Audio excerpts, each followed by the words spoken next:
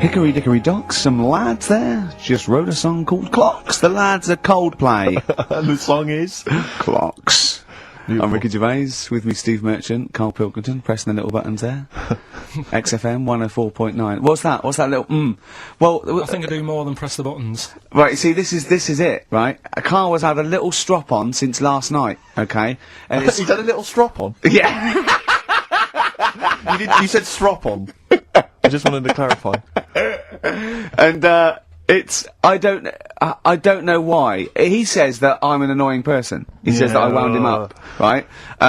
Which I don't know. He says that you're winding up because you're sort of like negative about everything. Negative? Yeah. And, but what I think it is because we pointed out that his lateness is unacceptable. Yeah. He said, meet you at 6. He turned up at 20 past. He said, well, someone stopped me in the corridor. I don't care. I've got stuff to do. We had stuff to do. I think we're a bit busier than you, Karl. You've got one job. We've got loads of jobs. I keep telling you that. Yeah. You've got one job in a little room, a 9 to 5 there, that you don't even get done in 9 to 5. That's why you're late and mucking around all the time. Because there's loads of work to do. Yeah, one job. No, cool. It's not. It's one job with a lot of other jobs in it. It's like those little Russian dolls you get. Right?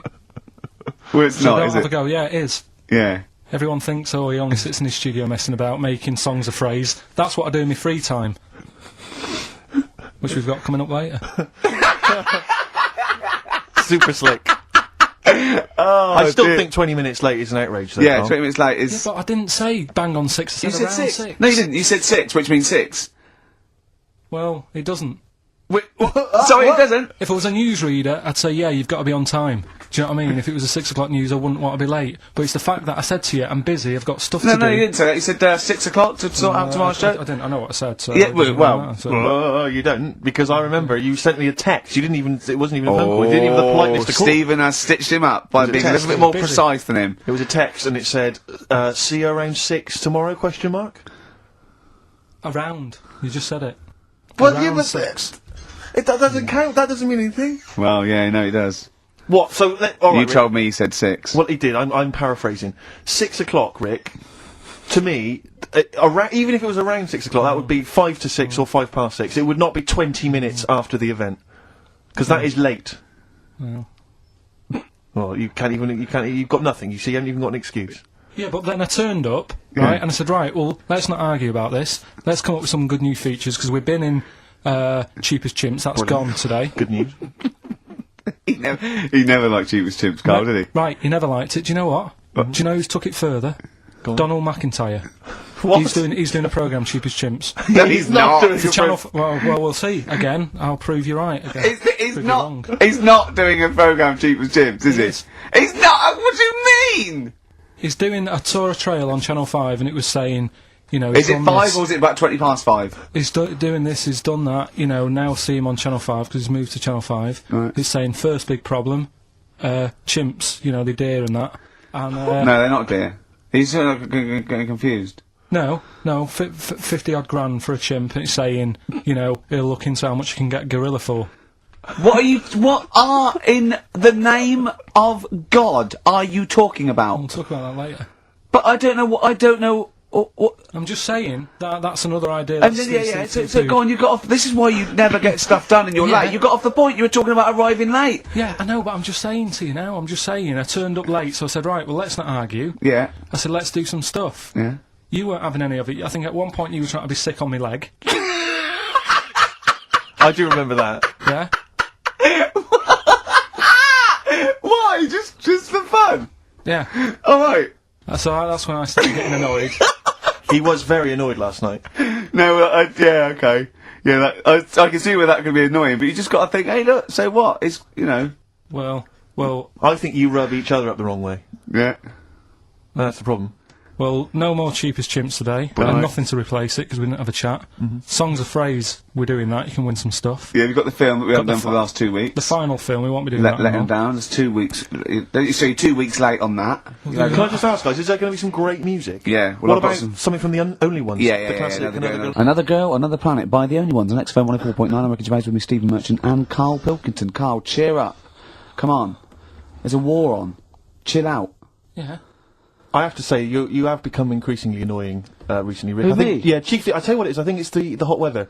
Can I just remind you, when we were in the office recently, we've got a little office that we write in, we work in, and many moons ago, we were doing some work. This was when we were writing the first series of the office, and I was typing away, I was just typing something up we'd written, and I read it back to Ricky, just to check he was happy with everything. I was reading it back, and as part of the thing, there was a knock in the script. It said, knock, and so I was acting out for him, and I knocked like this, and I realised he wasn't listening. He was in fact asleep underneath his desk, and I knocked like that as part of reading the stage directions. I knocked. He thought someone was coming in. He leapt up, clunked his head, zipped up, thought something. I said, Rick, it's not. I'm just acting that out for you.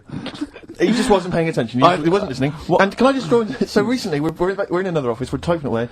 I look round. He's got his shirt off.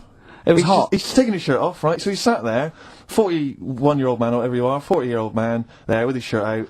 Beautiful. I mean, I've seen most parts of your body now, at one point or another. I think from the early days when we used to work at XFM, you started showing me bits of your anatomy, which is something he does to people he likes, friends of his. I'm sure you've seen most of it, Carl. No. And so, it's not that sort of relationship. Go on. He was sat there, and there was a knock at the door because we'd asked someone who worked in the building to bring us something, and so I had to delay it by sort of not opening the door so he could get his shirt back on. Yeah. So he was running around trying to get his shirt back on. Because So what would they have thought? What would they have thought? they'd have walked in, he'd have just been the sat thing there, is, stripped to the waist. Didn't they sort of think, hang on, what's going on? Look through the keyhole. No. No. It was ludicrous because as they came in, he was flustered and he kind of was just leaning against the window, just looking like I often stand here with my my shirt back to front. I was getting like Bernard Manning. You see Bernard Manning, whenever he goes into the house, he has to go upstairs to take his trousers off. I love that. The fact that in your house you've just got your pants and your vest on. That's what you want to do. Yeah, but it's all the time. It's not just. I mean, you haven't done that with me, taking your clothes off and that yet. But like last night, we were sat in the pub and I was saying, right, let's not even worry about new features. Then let's get the current ones, going. Like and getting what? Good. Like the one that I was trying to work out, the cheeky freak of the week. Think of that! Yeah, but I Think was of saying, that though, as a normal conversation. Yeah, but I'd looked online, right? I didn't find that much. I found. Actually, I'll tell you what I found later. Brilliant. We're looking for them, right? And then at one point, I think you said to me, "Go and, what about the Guinness Book of Records? Yeah, they'll have like the in the world or whatever." Yeah, ever. So I said, "Yeah, bring one in." Now you've got one at home. Yeah, I've got a but couple. you couldn't be bothered carrying that in today, so I had to go out of the pub that I was at. Yeah. Nip into Borders. Yeah. Buy a Guinness Book of Records. Yeah. Out of my own money, $18.99. Yeah. Bring it back, and then you said, I don't know if I want to do this feature. So it cost me 20 quid for that. I had to buy a video for Silence of the Lambs film clip. I'm actually out of pocket at the end of this. But do you want to work with me is the thing. If you want to work with... people would pay that sort of money to work with me, Carl. You're a lucky bloke. Think how many people think, Carl, he gets to drink and sit.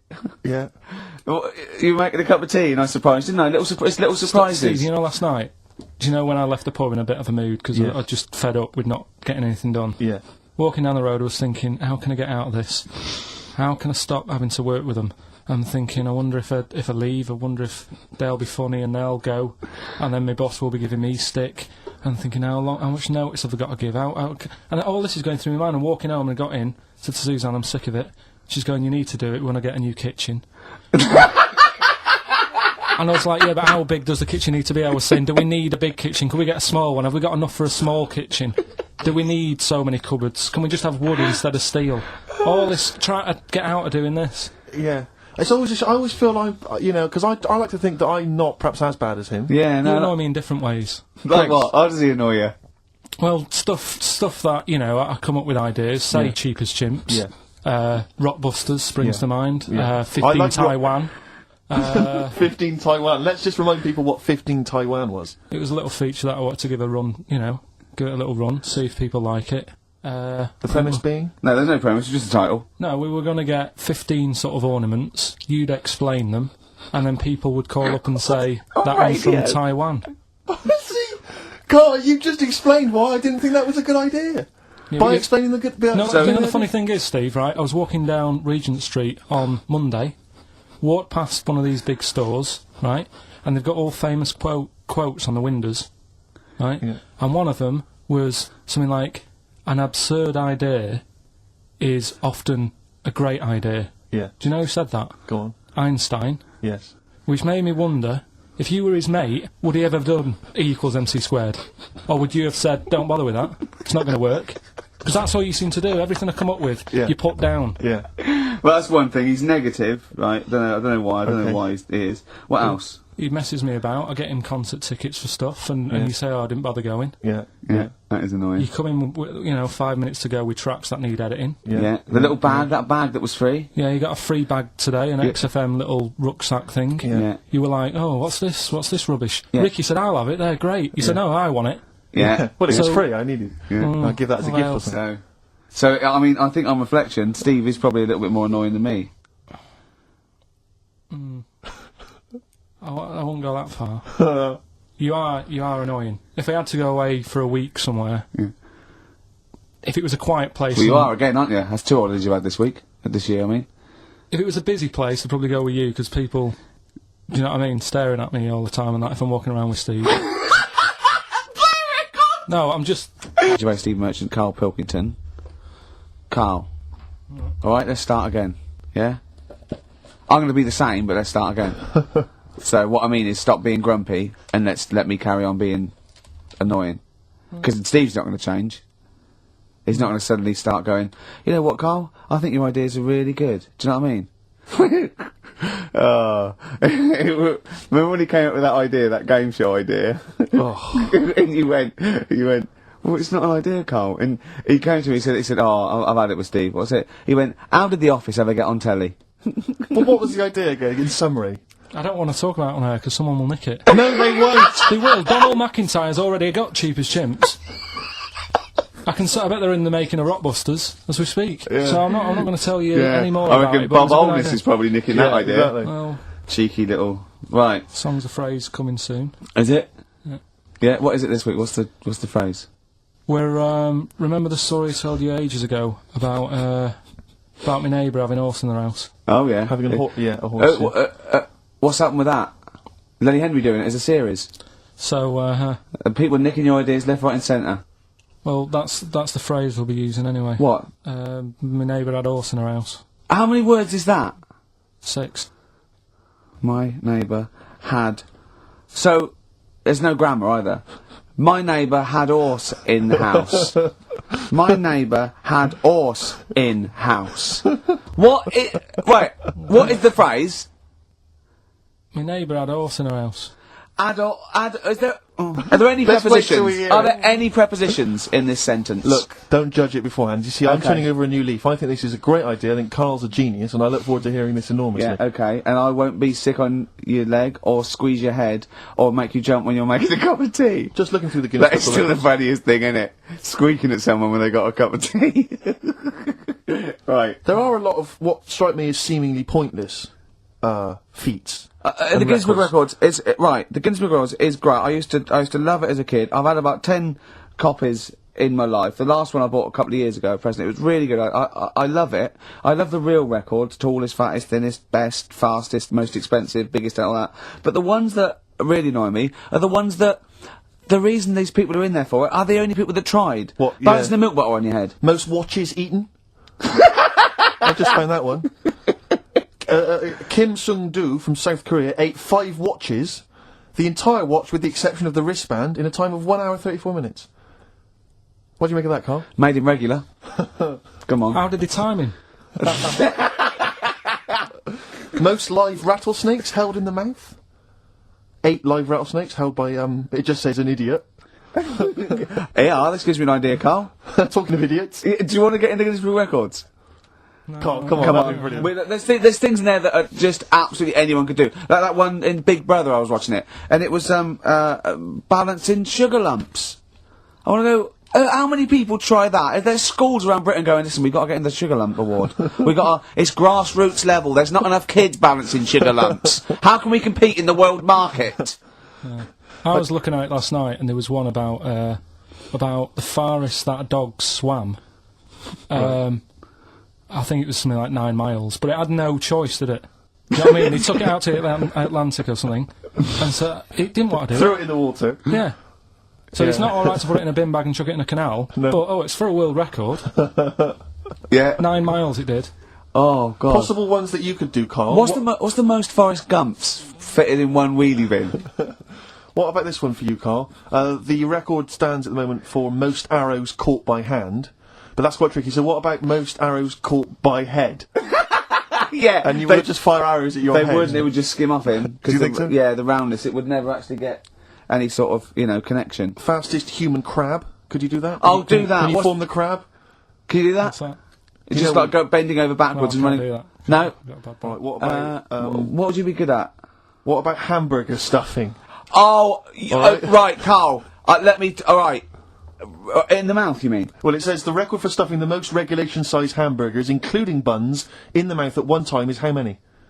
How many hamburgers with buns in So the mouth? this is just. You're not swallowing anything. You've just got stuffing in your Carl, mouth. you'd be so good at this because your shape of your head. You've got a shape. His head's just like Hamburglar. You'd be good at this, man. Yeah. Honestly, you'd be perfect. You look like Zippy. And the great thing is your head's empty, so you could get more in there. Do you know what I mean? This guy had a brain to do contend that. with. Do that. What is it? Is it? Is it possible? Is it Well, mental? how many do you think it was? There were I don't 3 know. burgers in buns. What do you reckon, Carl? What? How quick he at him? He didn't eat them. It's just how many he can stuff in his face. So literally hold them within his cheeks and his mouth, but don't swallow anything. So what? How many burgers? How many burgers did he manage to get into his face? So it's a fella. It's not Yes. about 5. No. 3 is the 3? world record. 3 is How the world big are record. they, though? It just says regulation sized. So we could go to McDonald's or Burger King and get just hamburgers, and that would yeah, count. just the regular burgers, and we'll just stuff They them won't in your count. mouth. We got to get Norris Well, McWhirter. we could practice it now, and then if you're triumphant, if Come you on, get 4 Carl. in there. I don't. You know, I've got a small throat and that. Well, you don't I have used to swallow them, choke that's the lot. great thing. Yeah, but I don't like it. As a kid, I'd choking on stuff, and I get funny about it. Well, I'm not- just to keep your tongue at the back of your mouth, and we stuff the hamburgers in. No, I don't. Oh, come on, do something. Carl, that is Dynamite Radio. Well, Steve will go and get the hamburgers. Have I got to pay for them? No, Carl, give us I'm the not money. paying for it. Oh, I've come just on! spent 25 quid in total on a video on a Guinness Book of Records. That's costing me another 4 quid. Come on. I'm not Oh, doing come on, it. come No, I on, don't give us the wanna money. do Get that. your phone back. No, I don't Andrew, wanna do it. oh, come on! I'm not doing it. Come on, do it. It's an interesting thing. Come on. You could be in the Guinness Book of Records, Carl. No, leave it. See if we can. Oh, please, phone in if you want Carl No, to eat burgers. You don't have to swallow them. You can spit it all out. You can be sick on my leg after. Oh, come on. no, 'cause I don't like the stretching thing either. Don't stretch it. You It can will stretch. I'll be like the little bloody dog on the Winston Churchill ad. Don't swear. Well, I'm just saying, on though, air. I know, but we it's like- apologise to the radio authority. Carl is not only swearing, but he's refusing to do things Oh. we come up with. But the radio authority will be happy with me stuffing 3 burgers in my face. God, I'm look. not doing it. Yeah, we will. but go. leave it. Yeah, Well, I'm gonna okay, go to- I'm gonna I'll go give you to the money. Can we do Please songs of phrase or something? No, let's do No, I'm gonna right. Play play record. Play record. He's gonna go. You're gonna do it, Carl, or you're fired. No, actually, he wants that. No, you're gonna do it. Do it. Please do it. It'd be great. Honestly, please do it. What about Please. chicken McNuggets? Meet halfway. No, there's no record for chicken McNuggets. Well. Mental. Steve, Hello. can you hear me? Yes, can you hear me? Yeah. Where are you? I'm in one of the capital's many burger joints. I'm just about to go up now and order some burgers. Where are you? Where are you in? I'm in McDonald's in Leicester Square. Oh, right. Okay. Yeah. What are you getting? Just get Hang on a sec, yeah. get Hello too there. many. I need to order 5 regular hamburgers, please. If that's all right. Sorry. 5 hamburgers, yes. You're probably wondering why I'm ordering only 5 hamburgers, aren't you? And let me tell you why. My friend is going to try and break the world record for putting burgers into his fat, stupid face. What do you make of that? Exciting? Yeah. Do you wish him good luck? Yeah. What's your name? Kyle. Tyre? Oh, thank you very much, Tyre. I'll try and get Tyre to wish you good luck in a minute, Carl. The something short there. Five should be enough. The world record is what? 3? 3, yeah. Okay, good. I don't know what. Oh, here we go. How much is that? 3.45. $3.45 for 5 hamburgers. Good, isn't it? It's good value. It is really, isn't it? Really, yeah. I mean, if there's anyone from from McDonald's listening, they'd probably want to give us some free stuff. I would have thought. I would have thought, Rick. Would you just wish my friend good luck before he's just on the end of the line there? Just say good luck, Carl. Good luck. Alright then. There you are. That's the people from McDonald's wishing you good luck. Carl, I'll be back shortly with the burgers. Brilliant. Okay. Do you want the pickles left in? Burgers here, yep. And so I don't know, how should we begin, Carl? Do you want to just look at the size of these burgers? They're quite small. Look, they can see it on webcam, can't they? They can see us stuffing these burgers into your mouth. Mm. And by the way, I'm filming this, Steve. Look, Brilliant. Look, I've got a camcorder. Yeah. We'll put this on unseen footage on a DVD or something. Or maybe on the website. On the Oh, Carl, what if you break the record? Okay, Carl, I'm coming round now to just monitor this and adjudicate. What's the web? If people want to see this on the webcam, what is it? xfm.co.uk. Right, okay. Hold on. Oh, can I, Steve, I'm can not I do being that? funny. I'm not being funny, right? But I think I have got like a bit of a wheat thing. You've got a bit of a what? A wheat allergy Oh, thing. don't give me that! No, seriously, my head's... I've been eating a lot of shredded wheat recently. And my head's got a bit bigger. Carl, I don't think you can let us down now, mate. So you just got to put that first No, one in. I can't put that like that in my mouth on its... I've got are to break you it talking up. about? I've got to break it up. Can't break it You up. can't break it up. It doesn't say you can on the rule thing. It does. It's It got to be doesn't. on I the can't burger. look. I physically can't. Try it. I can't look. I'd have to be Jay Goody to be able to do that. Seriously, look. Oh. Try it. Yeah, I know, but you're not approaching it right. That's Oh, it. come on, go on! That's all I'm keep Oh, going. God, he's not going to do one! Keep going. That's good work. Keep going. How does he get three? Keep pushing. Ease it Keep in. pushing. Ease it Keep in. pushing. Get one in at least. Ease it Get in. one in at least. Get one in. Ease it in. Get one in. Disappointing. You couldn't even get one whole burger in your mouth. I did kind of. Yeah, but there was a bit sticking out. It just looked messy. There was but you were saying about putting it in whole, and I don't think that's the rule. Okay. It's Well, like you so can get is more it- in a suitcase if you put things in properly. So- you don't just get all your clothes and chuck them in. So it's about. I reckon you've got to rip it up a bit. Okay, do that then. See how many you can get in. You got to get in two. No, just one. No. Well, it's don't, three, don't easy. pack it in. What do you do? So I Pack your swear. cheeks first. Honestly, Steve, my head is swelling a bit because I have got a wheat thing, a wheat allergy. That'd be good then. There'd be more room. Right. Okay. Look, Carl so is that's- now just sticking it in his cheek. Yeah. it's Don't not eat more like- any. You can't swallow any. It's like a hamster. You've got to work it like a hamster. Yeah, stick it in. Come on. Look at his face. He looks like Marlon Brando in The Godfather. Come on. Don't lose any yet. Right. Right. Pack it in, then use your fingers to pack it in. Come That's it. on. Wedge it in. Like you're grating the bath. I can't do this either. Keep going. Keep going, don't give up so early. This is part of the problem. You just give up, Carl, too quickly. You failed again. It's like your history O level. Come on, Carl. Come on. Do something all I've well. won now, Succeed at something. Push it in. You've got nearly a half a burger there. Oh, I'll come round there. You're chewing. Don't chew. I've got a bit of food. I don't know what he said, but... Is that What, is that a whole one? No, it's not. I can see bits left. Come on, Carl. Come on, keep working I at can't it. do anymore. Keep working at it. Look, there's so much space in your mouth, I can see it. He's going red. Okay. Okay, we do another one. We've got do to another abandon one. that one then. We're doing a... Oh, are you alright? Are you going to be sick? Are you alright? Alright? Oh god, should we play a record? He's making my eyes water now. I apologise for that. You're the producer, Carl. Yeah. It jumped twice. Well, it's not my fault if people are slipping around because of burgers on the floor. You're trying to squeeze my head when the song's playing. What difference does that make? Anyway. Right. Don't take any. Right, I've just got some grapes there. We've counted them out. What's the record then? Okay, well, the most grapes eaten in 3 minutes. You've got 3 minutes, Carl, and you've got to beat Matt Hand from the UK, who consumed a total of 133 grapes in 3 minutes on the 8th of November 2001. Right, there's 150. So there's 115 there. Right.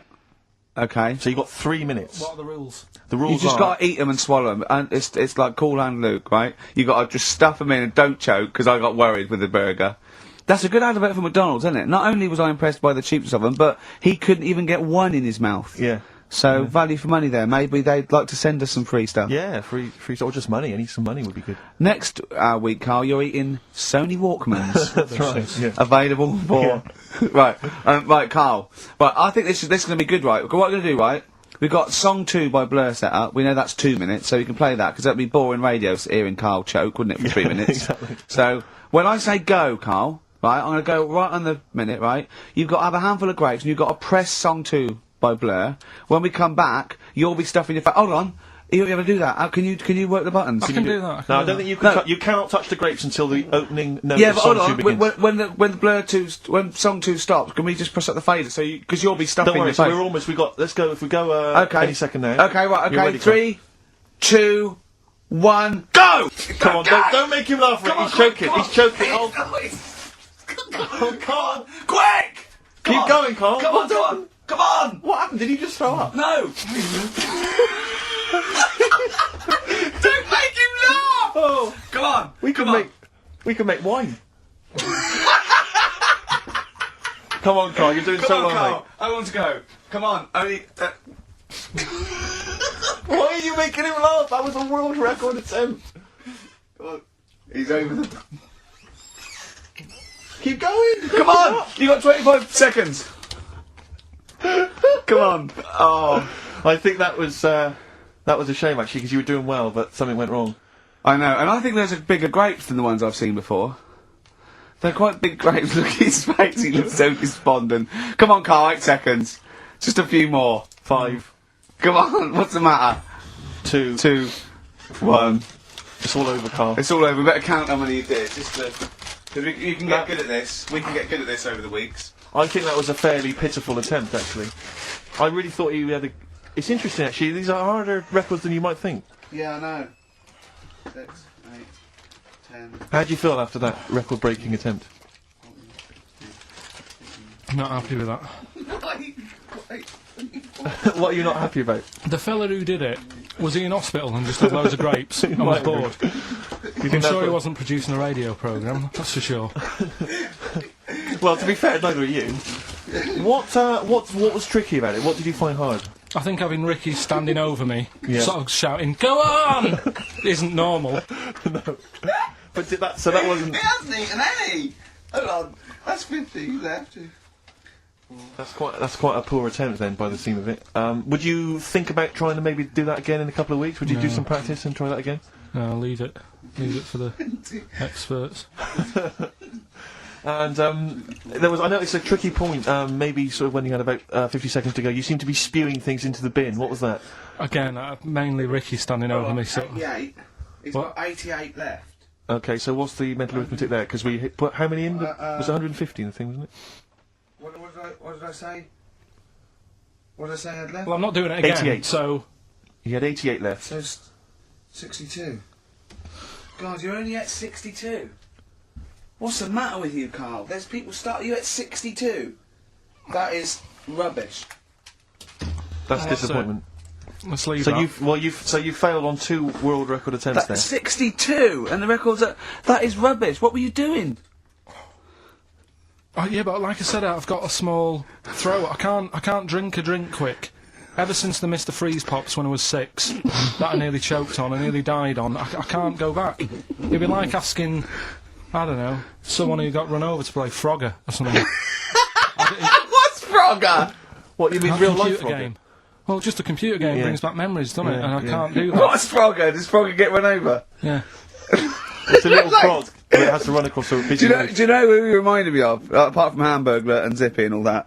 When he was mentioning those grapes, because the shape of his head, it looked like a game of Pac-Man. Yeah. It did, as he was getting to him, it looked like. We should have had that music. It looked just like it. Oh, Do you remember Carl. there was a board game version of Pac-Man?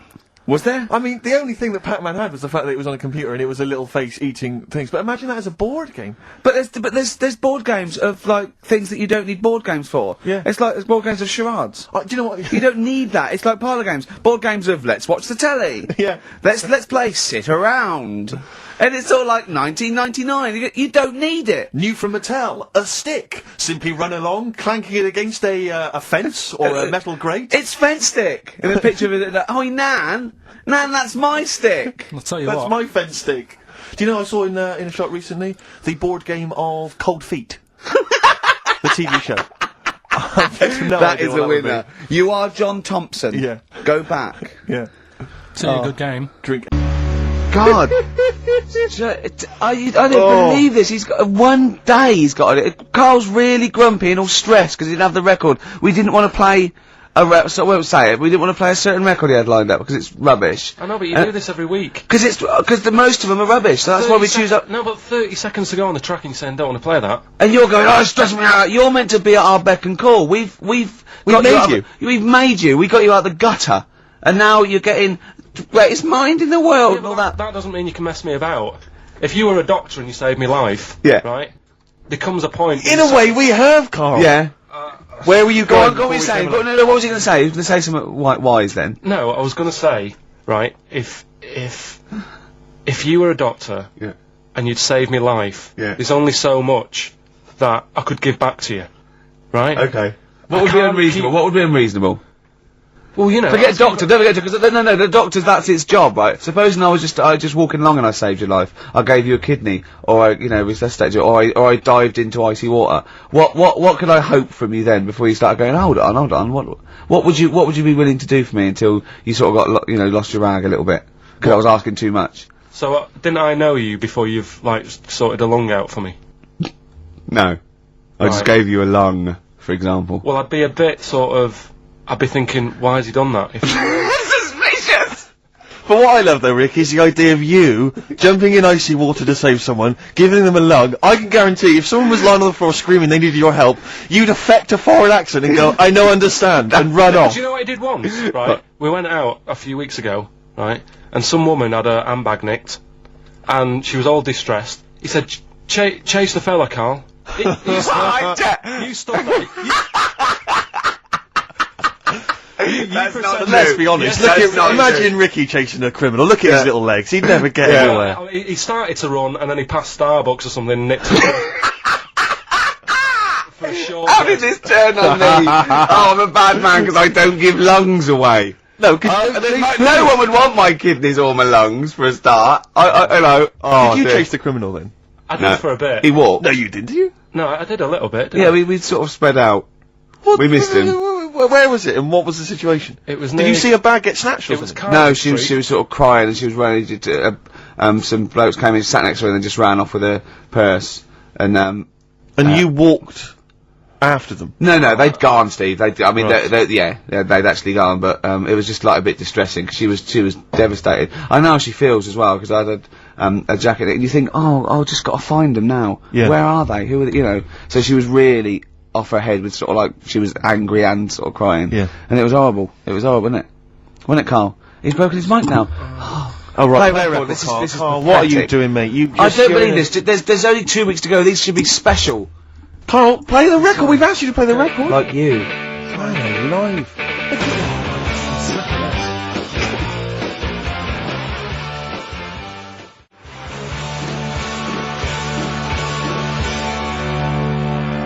Hive's main offender on XFM 104.9. I forgot to say who I was. Go on, who are you? Ricky Gervais, who are you? Steve Merchant. And who's that little fella over there, little round fella? Tiny little Karl Pilkington. The funny little thing from the Smash adverts. Say, they smash them with their metal knives. Oh. You do? Yeah, you're right. He does, doesn't he? Yeah. I was asking if I'd seen a rounder head than him, and that's the only one someone come up with. That's the only thing they come up with. Oh look, you're actually a little bit stressed today, aren't you? Because you had to drink last night, didn't you? I had a couple of drinks. Yeah. I was down at Steve's night. He was doing a bit of DJ. Yeah. Went down the store. And that's why you're all grumpy. What? Did you hear what he just said? What? I was DJing last night, obviously that XFM evening. Yeah. Hour and a half. My friend and I split the time on the decks. Yeah. What was the word you just used? He went down a storm. We went down a storm. Right, 3 girls, I was walking to the toilets during my set, 3 girls went, you are a genius. Right? What's his name? Dane Bowers? Zane Lowe? Because you played records in a certain order. Yes. Sorry Rick if you can't deal with that. Sorry if you're a little bit jealous, because this time you can't share the award. Oh, dear. But it was my credit this time. You can tell he hasn't been a DJ. Because it's not just about... It's not just about that. The songs you play, it's the way you play them. The way you play them, whether it's 33 or 45, very important. Yeah, leave your hand on them as they're trying to go round. So 3 girls there, charmed by me, they loved it. Yeah. Zane Lowe, XFM DJ and MTV presenter, probably one of the coolest blokes alive. He came up, gave us massive respect. He said, I'm loving your set. He actually used those words, right? There were people coming up, they couldn't believe their luck. It was roaring. We'd stick on a track, people would cheer, as it came on, right? My particular favourite, Carl, I think you'll agree, my particular triumvirate, LL Cool J, Mama Said Knock You Out, leading straight into House of Pain, Jump Around, then straight into that current Elvis track that's been re-released, remixed by Junkie XL. I played the original, which I'd already played on XFM before. I'm already there, cutting edge. Yeah. Right? Three old tracks, you mean? 3 old tracks. In a row? Yep. And, well, I think the words that would best sum it up are, I kicked ass.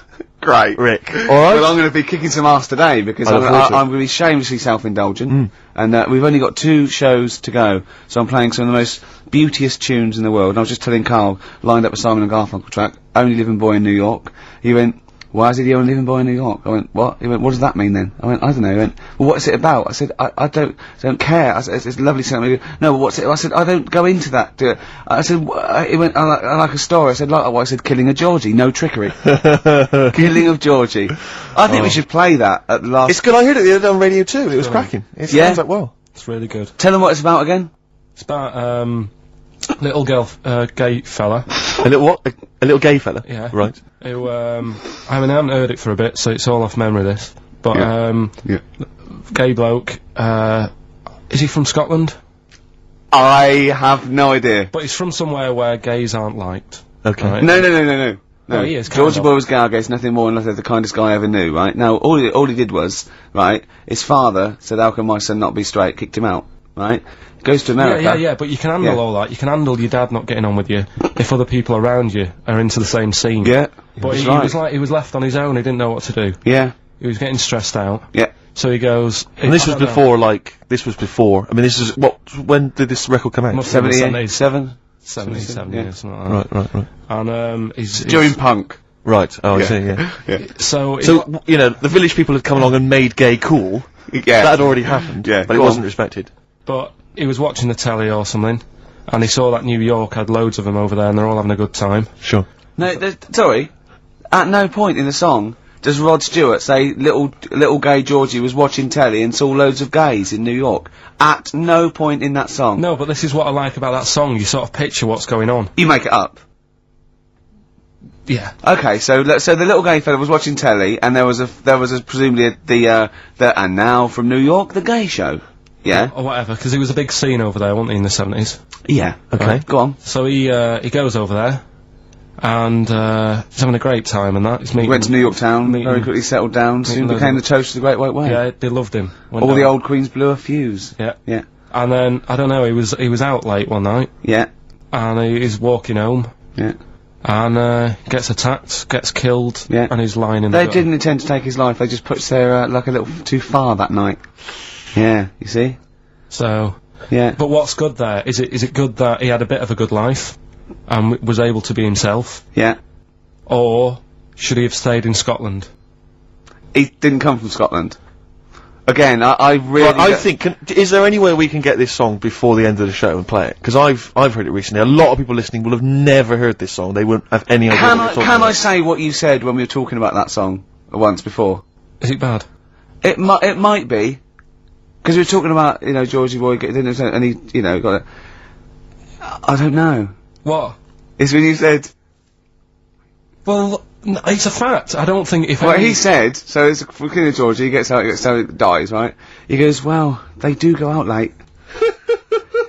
I know. All gay people I go know out a few late. gay people, and they start to party late on.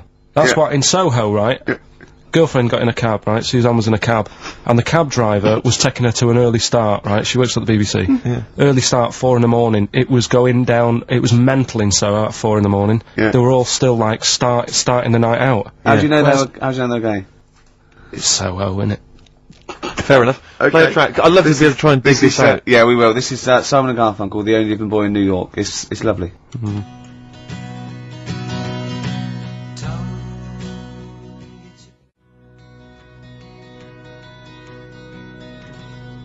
Only Living Boy in New York. Do you like that?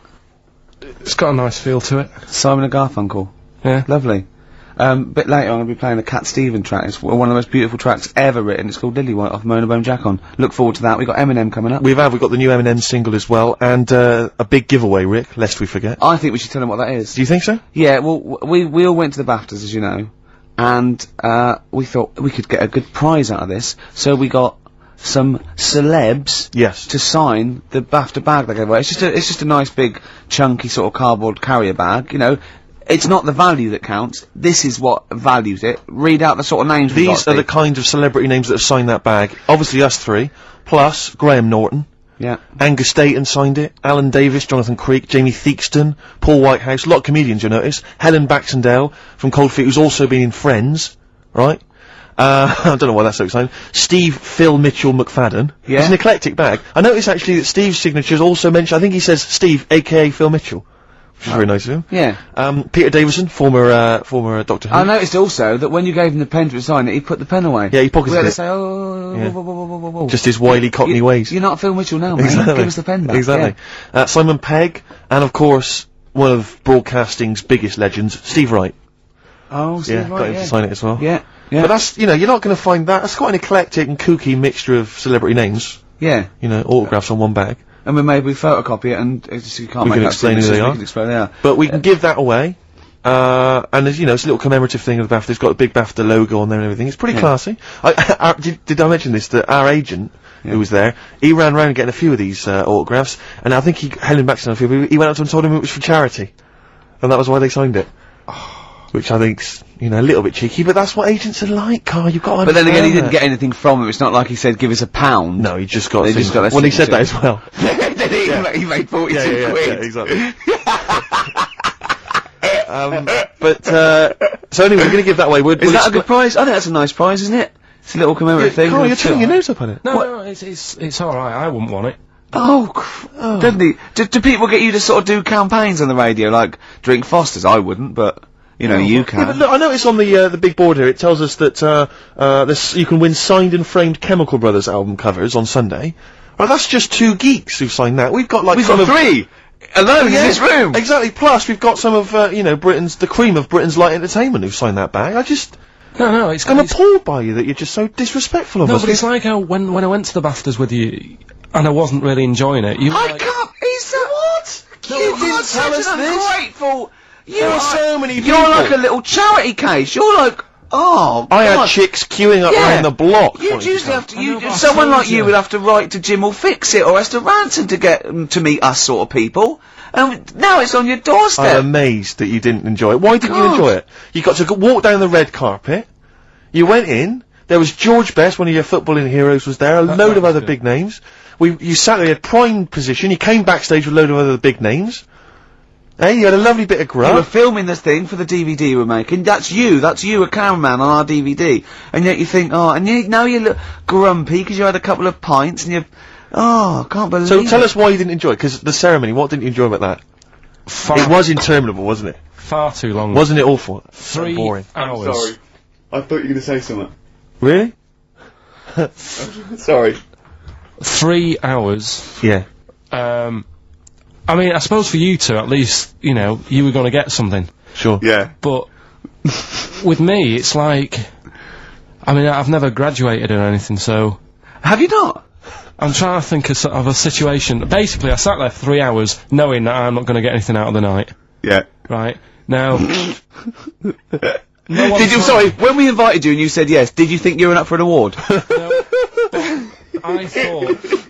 I thought we were going to be sat round tables, having a nice bit of food, Yeah. whilst people are going up there winning awards. Yeah. But 3 hours of the same thing over and over again. I mean, if a film's 3 hours in the cinema, Yeah. you go, well, it's long, but, you know, I wonder how it's going to end. Yeah. But this was just like the same thing over and over again. Some guy going up, thanks a lot, cheers for the bit of brass. And then going down, sitting down, the same thing over and over again. I wouldn't, honestly, right, I'd say it was one of the worst things I've ever had to do. I enjoyed the night afterwards when we did have a bit of lamb and a nice bit of veg and that. That was Yeah. alright, and I went home and I was happy, and I got the little freebie bag that you're talking about that we're giving away. Yeah. Which wasn't much good stuff in it. Alright! Right. No, What would you have done on that Saturday night? Suzanne What said- would you have done or the Sunday night rather, what would you have done had you been at home? I would have stayed in with Suzanne, right, watching telly, having a nice bit of pâté on toast or something, cup of tea, watching 24, but instead, I had to buy an expensive suit so I didn't show you up, right? That's what we do. Yeah. How much did you spend on your suit? Well, in total, right, because, you know, the shoes and the suit and the shirt and the tie, it was about 600 quid. That's the most expensive evening ever. That's what I'm saying to you. And the daft thing is, it's dark in there. I don't know why you've got to wear a nice suit. You can't wear a tracksuit, for goodness sake. It's dark in there. No, just the shirt and that. It doesn't make you a better person wearing a suit. No, doesn't make you a what I better mean? person. No. We're not claiming it made you a better person. No, well, that annoyed me. Yeah. I mean, it was an experience, isn't it? That's why I went, because you think, if I didn't go, if I would have said to you when you invited me, no, Steve, I don't want to go, then I would have never known, right? Yeah. And that's my sort of thing in life, right? Yeah. If something comes up, you should take it, even if you're not going to like it. It's a bit of an experience. Right. You know what he said to me? I phoned him up because we had to meet up, and obviously he had to pose as my gay lover. Yeah. To get in, right? Yeah. He phoned, he said something to me like, I bought a suit, I'm looking good. He said, I'm looking good. People will think, how on earth did he end up with that good-looking guy? So he got into the role. That was what he said to me. He started getting into it. Such an insight. Play a record. I just must say that we've had an email from Daryl Foss. Lots of people have emailed in and said, well done on the BAFTAs and well done on your Room 101. They really liked that. Thank you. There's one guy, and it's Daryl says, Ricky, has your dad only got one D-Mob suit?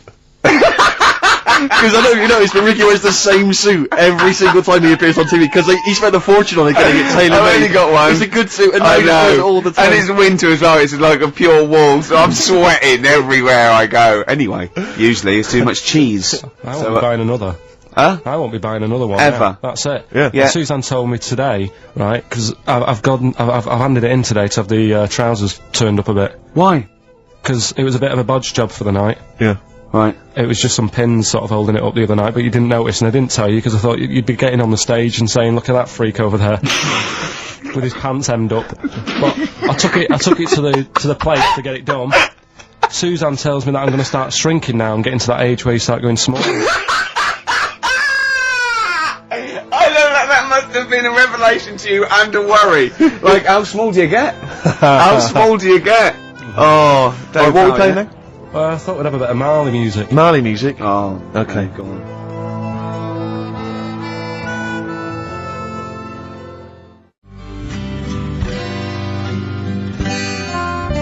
Badly drawn boy and something to talk about. Well, it's a good job we've got something to talk about because we're DJs on XFM 104.9. I'm ready to Fair with enough. Stephen Merchant. Of course, there, Karl Pilkington. How you doing? Of course, you must have been excited at the BAFTAs, because we did bump into Dr. Fox. Oh yeah. Pleased with that. Yeah. What was the challenge again? I think the challenge We was would- we- you had to shout Foxy. Yeah, the challenge was, it's sort of like Jackass, but wimpy Jackass. Karl was our, cameraman for the night, because we were doing the making of, sort of series 2, where we've filmed ourselves sort of writing it and doing bits and pieces and going to awards on it. And, it's on me, and my challenge, which I think, was it me that set my own I think challenge? you did. I had to shout, Foxy, and get him over. Yeah. And I bottled out You about bottled? 5 times. I just thought he was talking to someone. Yeah. I just thought, and then I did it, and where's the victory in that? Yeah. I shouted Foxy, and he came over and went, alright, I think, where's the victory? I remember Jackass, they dive off buildings and things. I was a little bit taken aback, because even though he was joking and mucking around, he was swearing. You don't expect that from Foxy. Oh, behave, he was off Oh, duty. no, he and was, I mean, he's more than wrong, but he didn't expect it to, because he seemed like a lovely bloke there, but he has is. got an enormous head. I mean, I'm not gonna, But I've I'm got not a problem with disrespecting that. him, I think he's a lovely guy, but Yeah. his head is huge. But it's You in think that proportion with his big body as well. He's a chunky wombat of a man. True enough. And so am I. It was a problem getting him on screen. Sure, because of the huge head. Yeah. I was struggling. No, I know. Well, I know that Popeye people have worries about that. They had to get special lenses. Yeah, yeah. I love the fact that us 3 freaks can take Whoa, this whoa, out whoa. of anyone. Stop What? there though, Rick, because I was on TV briefly. There was a thing about The Office on Top 10 TV Bastards on Channel 4, and I appeared on there briefly talking about the show. And there's this girl who's a girlfriend of a friend of mine, and she's like, I saw you on TV last night. I went, yeah. She went, I'll tell you this, you're better looking on TV than you are in real life, and that's good for you. And I was like, oh, I don't know if that was a compliment, because it's like... Definitely not. Well, I'm not on TV, so it's not Yeah. beneficial in any way. Yeah, But that's like... too right. You have to step out of the TV. That's like saying, I normally find you pretty repulsive. Yeah. My opinion changed slightly last night because you were on the box. Yeah. And I didn't know, it sounded like it was a compliment. Through the aid of a different... Through the aid of lighting and appearing like for 12 seconds on screen in small doses. Oh, God. You thought I wasn't as bad looking as I am in real A lot life. of people have phoned in and wondered if you are Morph grown up, because they've seen a picture of you on the website. Do you mean me or Carl? Karl. Right. Yeah. What do you mean? No, because people have seen you next to a picture of Morph, and it's if you draw honestly, Karl, if you lay you down and draw around you, it's exactly the same shape as Morph. Yeah. Or the Pillsbury Doughboy. Or, yeah, a gingerbread man. You do look like a gingerbread man. That's great. Oh, I love Carl. We think you're brilliant. We like looking at you, talking to you, hearing what you've got to say. We think of you, don't we, in the week sometimes? Rick, I had a bit of good news this morning. Go on. And I don't mean this in any way. I'm sure it's an emotional thing for her. But in the Sun it says that Dido, her wedding's off. Right. Just thinking, ding dong. Because for some reason, I don't know what it is, I was having a chat with my mates, I've always been under the assumption I could pull Dido. Because she's quite ordinary. Do you know what I mean? She looks a bit ordinary. She's quite an attractive one, but like... Would that be your opening chat-up line? You look quite ordinary. Dido, I don't think you could probably get anything better than me, because you're not too hot yourself. Exactly. My name's Steve Merchant. I'd wear actually what I'd do is I'd go, right, I'm not gonna meet you in the flesh, but I'm gonna send a picture of you on video. Yeah, this is me on Top TV Masters. What do you think? See what you think. Yeah, and if you think it's good, well, I'm certainly no worse without the lighting and makeup, so don't worry about that. Exactly. Oh, Dido. Have a little bit Bowie. What was your thing about Dido? That, she's like a kind of... She's a bit like a receptionist. Who got up and sang once, because she At knows karaoke. tunes, and a bloke came up, hi, I'm Gridlin Records, I'm thinking of releasing a CD, and it just goes mental. Exactly. Everyone buys it. Yeah. Which good though, isn't it? But she should be doing photocopying or filing, do you not think? Just the way she looks, she's got that very kind of suburban the whole look. look thing annoys me. Do you know there's another pop stars thing starting? Yeah. Like, it's going on in Ireland. Apparently it's Ireland's version of it. Okay. And today it was like, you saw all these kids rushing in, there was fat ones there and ugly kids, and you're thinking, it's sad and everything, they might have a good voice, but there's no chance, right? And there was a woman there who looked a bit like Brittany, and the bloke, straight away, before even hearing the voice, Brittany looking like over there, go and get her in, give her a ticket, she's through to the next phase. And it's just annoying. Dido isn't beautiful, but she's nice enough. Do you know what I mean? Well, yeah, that's why she's fine for me. I mean, you know, don't I mean, have my to standards are stun quite him. low. So, do you think Steve should go out with her then? I mean, that's what we're asking you. Do you think he should? Yeah. Okay, so a little bit of Bowie. Thanks, Carl. Try and fix that for next week.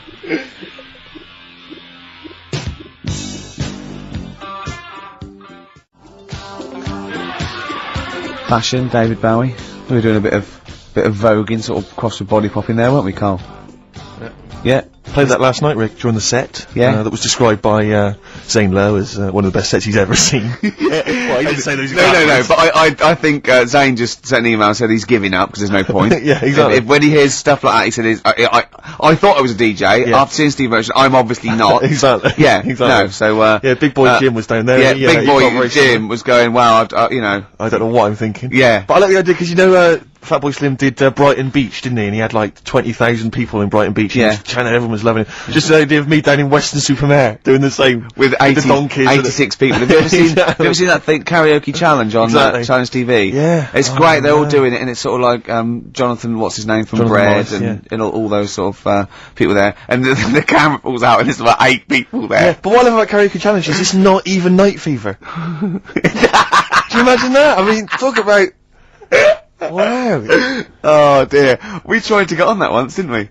On Karaoke Challenge? Yeah, when we were doing that comedy we were lab. gonna I was we gonna were do it in gonna- character, yeah, wasn't you were I? gonna do it, yeah, as David And Bowie. So we'd have a little bit of footage, but Yeah, that'd be great. They wouldn't even let that you was on. terrible. That was how minor a celebrity you were at the I time. remember once, right, this is how sad we were, we tried for about an hour to get on the Chris Moyle show. They were doing a competition, he was doing this competition. It was about golf, wasn't it? So it was like things with, It was, you had to think of Puns a song title, but Yeah. you had to make it into a golfing pun. and people were calling up and going, now what about Drive by the Cars? He was going Drive by the Cars, very good. And it was like, things like, you know what I mean? Things like something T and that. And I wanted to phone up and go, hello, Chris Miles. Yeah, what about, Spandau Valley Golfy?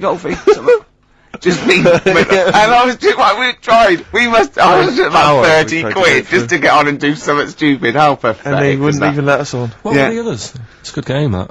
Well, Phone in if you've got any amusing puns on songs and golf. Yeah, please. what did you say? What was it?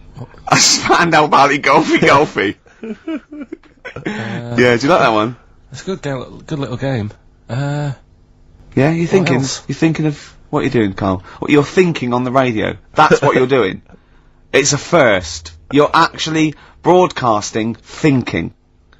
Can we just be quiet and just listen to Carl think? Yeah. Oh. Anything? Got anything there? Any golfing puns? At You all? know, some people say, Carl, it's impossible to catch yourself not thinking. Now, I reckon if there's one man in the world... Hole in my shoe. That fella in the young ones. Hole. And there's one on a golf course. He's got a little... Has he got a little cold as well? Because you're... Yeah, well, I was telling, Steve before I went on the tube last Saturday night. Yeah. Kills me. There's every time I go on the tube, I just get full of a cold and everything. I'm full of flu, and it's down to going on the tube. Is it? Someone told me that every time you go on the tube, it's the equivalent of smoking 2 cigarettes. Really? Because of the sort of gunk and pollution down there. And have you heard the other one? And I always smoke 2 cigarettes on the tube. Yeah. These are my nerves. Yeah. What's the name one about the Oh, here you go. all like the hairballs that are in the tubes Oh, because yeah. of like people stood on the platform, trains go whizzing past at high speeds, Yeah. right? Takes a bit of your hair off. Don't say anything. What, you mean don't question the science of that? No, he means... Because of It my doesn't head, affect him. Oh, I see, yeah. right? And apparently they all get caught up in the tunnels, and they have to like clean it out now and again because there's big hairballs on the lines. It's On the lines? On the train lines. Right. Yeah, it's a terrible place. So that's why I'm all bunged up. And that's when you came in today. I was like looking on the websites to see how much badness there is down in the tubes. Yeah. How much badness is there? Oh, loads. Is there a lot of badness? If you know how much badness there is on the tube, call in 08700 What sort of things do you 800 find? 1234. How much badness is there? It was just about, you know, the germs, so there's no fresh air, and that's why I was asking you about people committing suicide on trains and that, how often it happens. And apparently 2 people a week. Was it two a week or 2 a day? It's 2 cigarettes. How many people is it? 2 people. 700 800 1234. How many people per cigarette is it like killing yourself on the tube? Call in. 2 people a week try and kill themselves or something Right. on the tubes. Really? Bad that, yeah. Yeah, it is. Terrible. Should we play a record? If you want. Have we got the big new Eminem single? No, I was gonna, We'll tease them with that. We'll play that a bit later. We are going to play it though. We're going to play the new Eminem single. We will. Plus, of course, obviously, we've got this big celebrity bag to give away as well. Oh, Bag of yeah, celebrity let me just images. do a quick Well, play no, a let's record play and a I'll record. We'll explain explain what the competition after that. Doves. Doves would be good.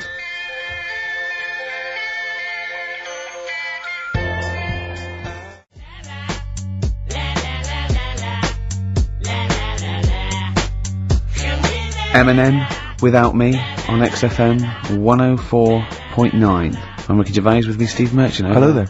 Little Karl Pilkington. Into the last hour, 3 hours of broadcasting to go, Karl, for us. 3. Yeah. Yeah? What are you Three going to be amigos, doing while 3 we're away? musketeers. Because you'll obviously still be working here. You have a day job, don't you? What is it you do exactly? I make stuff. You make stuff. What, like furniture? Promos and stuff. Oh, right. Sort of bit of in talk there, but basically like little trails for the station. Yeah. Yeah, That's what I do all week. yeah. So you'll be back to doing that when we're off? You don't talk to anyone, do you, in the week? You just hide in your little sound booth thing, and you really don't talk to anyone, do you? Much? Not really. No. No, I mean you know, you might call up. Yeah, But no, I keep myself to myself. yeah, Then you don't get bogged down in the office politics and stuff. yeah. Is there a lot of office politics here? I don't know. I don't get involved in it. Oh, yeah. Proved your point. So when we're away and we're like out of action, who other than Suzanne, who will you talk to of the day? How will you get a sort of feedback from the world? How will you get sort of like input and... I always, if ever I've got like a question on anything, the internet's out there and I can just go online and find out. The internet is good, It's brilliant. but it's not all verified. What do you mean? It's not all verified. It's not all necessarily factually accurate. Anyone can put things onto the internet. It's that, you know, that it's freaks and things that put on Well, here's things one, right? like... Here's one that I read in the week, right? Go on. About this woman. Yeah. She was a bit of a punk, and to get her hair done like she wanted it, Super glue. right? No, she got lard. Apparently, it's a popular thing. You might know. Put lard on your head, Yeah. and you put it in the oven.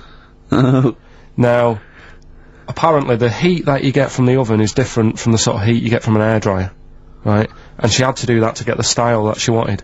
But anyway, she comes into money or whatever, treats herself to a microwave, right? It's not true. Opens the Carl. door, jams the things, you know, like the little catch, so the microwave works. She jams it with a screwdriver or a knife or something. Yeah. Puts the microwave on, sticks her head in, boils her brain. Don't be ridiculous. Right? Well, why is that ridiculous? Boils her brain. She boiled her brain. She boiled her brain. And this is what's good about the internet. I went straight from that, and there was a subject about brains. And do you know that Russell Crowe, when he dies, is giving his brain to charity or something? Some sort of... some people who can do stuff with it. She gave hers to Pot Noodle. Vesta. Yeah. Oh, That's the boiling sort of a stuff. skull. Yeah. That's not true. It's not true, Carl. It's the same as the woman who put her poodle in the microwave, isn't it? And all It's that. just urban myths. They're urban myths. But again, where does it start? Someone made it up. Yeah. For a laugh. They're just too convenient urban myths. Everyone's you can tell an urban myth's not true because it's always this happened to a mate of mine, and when you say what happened then, they go, don't know, that was it. Was it? Was that it? Was it? Someone boiled a brain and that was it. There was no more story. Well, Were there any dates? Have you- Locations? Times? I think it was in Belgium. There's that one that a bloke, right, was going to get a phone call at 4 o'clock to find out if his business was, okay, right? And if he didn't get the phone call, he knew he was broke, destitute. So dead on 4 o'clock, the phone didn't ring, so he went up to the roof, his office, and he jumped off to commit suicide. And as he was passing his window, the phone was ringing. Oh, no. Carl, it didn't happen. Didn't happen. Think it through. Think it through. Who told that story? Who told that story? As he hit the pavement at 120 miles an hour. He's the only person who could have known that series of incidents. Also, why didn't And he he's wait? dead. As his life's at stake, why didn't he wait till 5 past? Actually, I'm gonna give it 5 minutes, just in Just in case the lines are busy. Yeah. And what sort of bloke goes out, I'll call you at 4, okay, if your business, well, call me anyway. No. If I don't call exactly 4, then, no, you commit suicide. Commit suicide. I would, because if I don't call at 4, that's the end of it. Well, call me anyway. No, that's not the way I work. Why can't you just call me and tell me the other way? Well, I'm telling you how I do it. If you're bust, I don't call. Can't you just call to verify in case something goes wrong? What if it's engaged? It won't be engaged. Just commit suicide at 4, please. It didn't happen, Carl. The other one, right? A bloke, right? He's on a train station, and I'll tell you how I heard it. He's waiting for a cruise station, waiting for, and he shits himself. As you do. And so he goes, oh, my train's in 5 minutes, so he runs across to Millets, and goes, quick, Levi's, 36, the bloke just puts it in a bag, he runs onto the train, he goes into the toilet, takes his, trousers and pants off. His soiled trousers Yes, and pants. throws them out of the window, I won't be needing those again, cleans himself off, open the bags, it's a jacket! Oh. No, it didn't happen, Carl!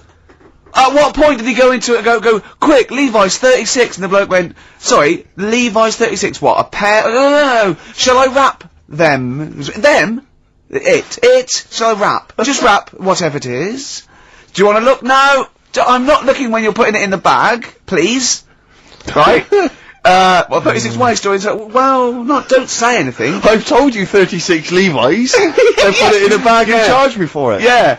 I don't want to discuss it further. Yeah. There was one, Here we go. there was one about a woman whose husband died, and she had him cremated. Yeah. And made like a little egg timer out of him. Right. And she said, I did that, so it can still help around the kitchen. Well, that might be true. That might be a joke. That's quite sweet. That might be That true. is a true story, again.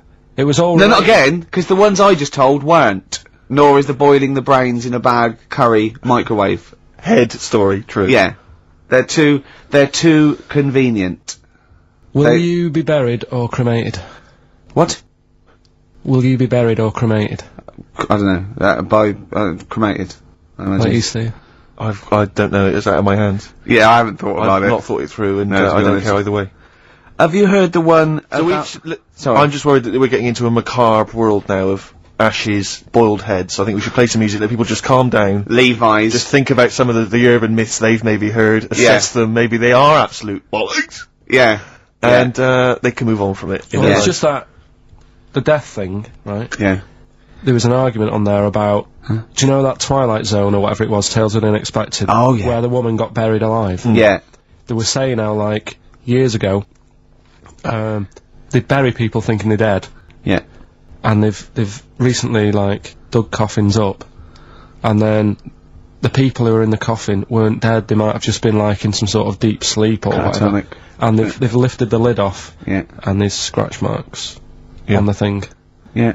And that's pretty scary. That Makes you think. I mean, I hope they check these days. That's all. I'd like to play a beautiful song now by Cat Stevens called Lillywhite. It's lovely.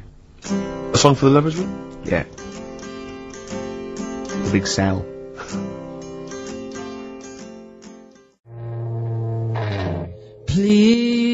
Please. Cooper Temple Clause there. Who needs enemies on XFM 104.9? Wow. Blur. Out of time on XFM 104.9. We ought to give those Rockbusters clues again. Yeah, go on. We've had very few contributions so far, Carl. I think you've really started. This might be it. I've told you, you're on thin ice. If this goes wrong, if it's rubbish, and if everyone doesn't get them all, that's the end of Rockbusters. Right, well, the first one again, right? Yeah. If you go out to France, right, by boat, you might as well get your fags whilst you're on that, because you'll save a few quid. Right? Different every time. BF is the initials of the artist that little cryptic clue makes up. The second one, Little Foreign Cafe, it's growing its own steak. Right? That's D. Little Foreign Cafe, it's growing its own steak. D. And the last one, if there was a Jamaican fella on the Titanic when it went down, he'd probably scream this. CD. Right? So email in ricky.gervais@xfm.co.uk. Yeah, Right? they're not flooding in, but yeah. Well, we'll see how we do. Carl, have we still got monkey news? We've got monkey news coming up. Now, you must be disappointed because you didn't make it to the monkey sanctuary, but you still managed to scrape together monkey news on your holiday. Yeah. That's So I've impressive. found some of that. We've got... How do you get so many breaks and holidays? Because you went away with Suzanne's parents. You've just been away with your parents. That's a couple of weeks, 10 days. So that's probably about 3 weeks in all. You had that. You went to Manchester. You had that day off because your trousers were wet. I mean, and I suppose because you've only got one job, and I've got a lot more. This is just one of my jobs. But I mean, don't you ever count your blessings? Go, God, thank God, I can have time off. I don't work too hard. I'm not stressed too much. No. It's just all to do with when you do work, do a lot. So I get a lot done. Yeah. What do you mean? I'm always doing stuff. I mean, even though when I was in Cornwall, right, I'm sat there on the grass. I'd love to just sit on the grass. Yeah, you're too busy. Chill with out a that, little bit. but- I know, yeah, well, Me dad and Suzanne are playing crib, right? I'd sort of fallen out with him at Your that dad and point. Suzanne are playing Why did you crib. fallen Because out you do with live who? in the 1940s. Yeah, why did you fallen out? Because with crib, have you ever played crib? Yeah, Right, you've got to be pretty good at maths. sure. You've got to make your cards add up to 15 and all Well, that. yeah, I was just gonna correct you on you've got to be good at maths. Yeah. What, algebra, quantum physics, what? No, just adding up. Adding up to 15. Brilliant. I mean, You can almost do it on your fingers. my dad's, You could in Cornwall. but my dad's really good at maths, and like he said, how many have you got? And he always counts his, and it's like 15 2, 15 4, 15 6, 3 for your at, 1 and all that. Do you know what I mean? He adds it up really One quick. for his knob. Right, so I was like, right, hang on a minute. And he goes, no, what do you mean, hang on? Add it up, what have you got? He said, oh, forget it. I said, this isn't fun if you're going to start getting all arsey with me. Sure. So, Forget it! I love it! But I don't know him, but I'm sure he's just winding you up. His victory is you going, forget it, I'm not playing. well, anyway, right, so it doesn't matter. I think I'll go off and do some prep, right? Yes. Do some research for Saturday. Found one of Suzanne's magazines, right? Flicking through, because there's always interesting stuff in there. There was something about swingers. Right. I was like, what's all that about? Yeah. And it had an interview with some people talking about, how they sleep about a bit. Yeah. And I thought, if my wife looked like that, I probably would. Because there was a few pictures of them, and they were all pretty ugly. Yes. I thought, right. So I took that in, soaked that up, thought, there you go. Carried on reading. There was a bit in there about how women still have crushes, right? Yes. And the woman was going on about how she's 38, right? but she still fancies Chris Martin from Coldplay. Uh-huh. And, even though it'll never happen, she's still got that little bit in her head that thinks one day she'll leave Gwyneth, right? And end up with her, right? Right. Anyway, so I'm thinking this is a bit boring, but I'm flicking through it all. And, Is this a Rockbusters clue? No, right. And I read further on, right? And, she said, I like to go out with my mates, and we come up with lists in pubs of people who they'd be nice to go out with. She also came up with a list of unlikely lust objects, I think she called them. Yeah. Guess who was in that list? Ricky Gervais. Think again. Karl Pilkington. Right. Next one. Johnny Vegas. Said, lanky co-writer. Rubbish. Lanky co-writer. What do you mean lanky co-writer? Well, do I need to say any more? He said... Hang on, wait a minute. Let's not talk about... I don't know why you're laughing at my expense. I'm an unlikely lust object. Yeah, but what was it called? The list? The unlikely lust object. Yes. You were in there, right? Who else was? Well, you weren't in there. Richard Madeley. Fine. Yeah. He's a good-looking guy. Alistair Campbell. Brilliant. Another handsome dude. What you talking about? You think I'm ashamed or embarrassed about that? I'm proud of it. What magazine was it? I need to buy a couple of copies. It was. Need to get a t-shirt made. And did she leave her number? Yeah. What magazine was it? Just out of interest. I think it's called Red. Yeah, sure. Yeah. But now you've dissed those people that have put themselves in there as swingers because you've said they're ugly. So now we know what magazine it is. People are going to look at that. People are going to look at that poor woman, and they're going to know you think she's a hog. No, but I think they even know. Was there a picture of the woman who'd drawn up the list of unlikely lust objects? Mm-hmm. What was she like?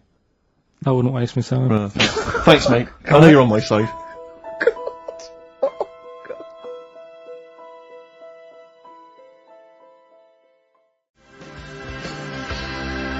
The Thrills on XFM 104.9. I'm Ricky Gervais, with me Steve Merchant, object of unlikely lust object, Steve Merchant. I'd like to have that now, prefixing my name everywhere I'm written about. I know, yeah. Did he make the freak list? Whoa! Which is a different magazine, isn't it? And I'm joking, of course. Karl Pilkington, a man of sort of quiet dignity and and in a way, he's got his own sort of inner beauty, hasn't he, Karl? Not really. Don't you think? Well, I'll tell you why I don't think it is, because the woman that wrote the piece, saying that I was an unlikely lust object, has just emailed in. And Karl, you've offended her quite considerably. What did he say? Why? I wouldn't waste my time, is what you said. She's repeated that. Yeah. I wouldn't waste my time, the flaming cheek. Although it's a horrible picture, I am, of course, in real life, a vision of loveliness. I'm not 38, I'm 25. I don't think Stephen's that unlikely lust object. A sense of humour is important, and he's welcome to my phone number if he wants it. That sense of humour's important, that's a down. Is she a swinger? Stop it! Don't have a go at the woman, for goodness sake. I'm messing about. She knows I'm messing about. Well, how are you messing about? I've told you this though. I've told you that anyone could be listening, haven't I? I've told you that before. Things you say, but we encourage him. We say, "What does she look like?" But it's meant to be rhetorical. That was a joke. That was Stephen's joke. What does she look like? I.e., him joking, like, "Oh, I'll call her up because I'm on a list," and then you have to say that. I mean, that's what I mean. So chances are, if she likes Stephen, she hasn't seen him. She listens to the radio. So, the likelihood is that, she was listening to this show. Yeah. So, think. Will I drop the thing I was going to do about Lisa Riley? Well, she's not listening. Some people deserve it. She's still at lunch. What, from Tuesday? There's an all-you-can-eat place going out of business as we speak. Oh, bloody hell, she's back, you killed me, I gotta do Bambino, please leave now! Please leave! So, No, but she knows I was only messing. This everyone knows you're only messing, we're all only messing. I hope we don't offend anyone of, any kind out there. We're only joking, aren't we, Karl? Yeah. Say something nice about her. What can you remember of the picture that you could say was good? Maybe she was wearing some nice clothes. Wasn't anything, to be honest. I'll have another look and have a look. I think she had a nice shirt on or something. Yeah.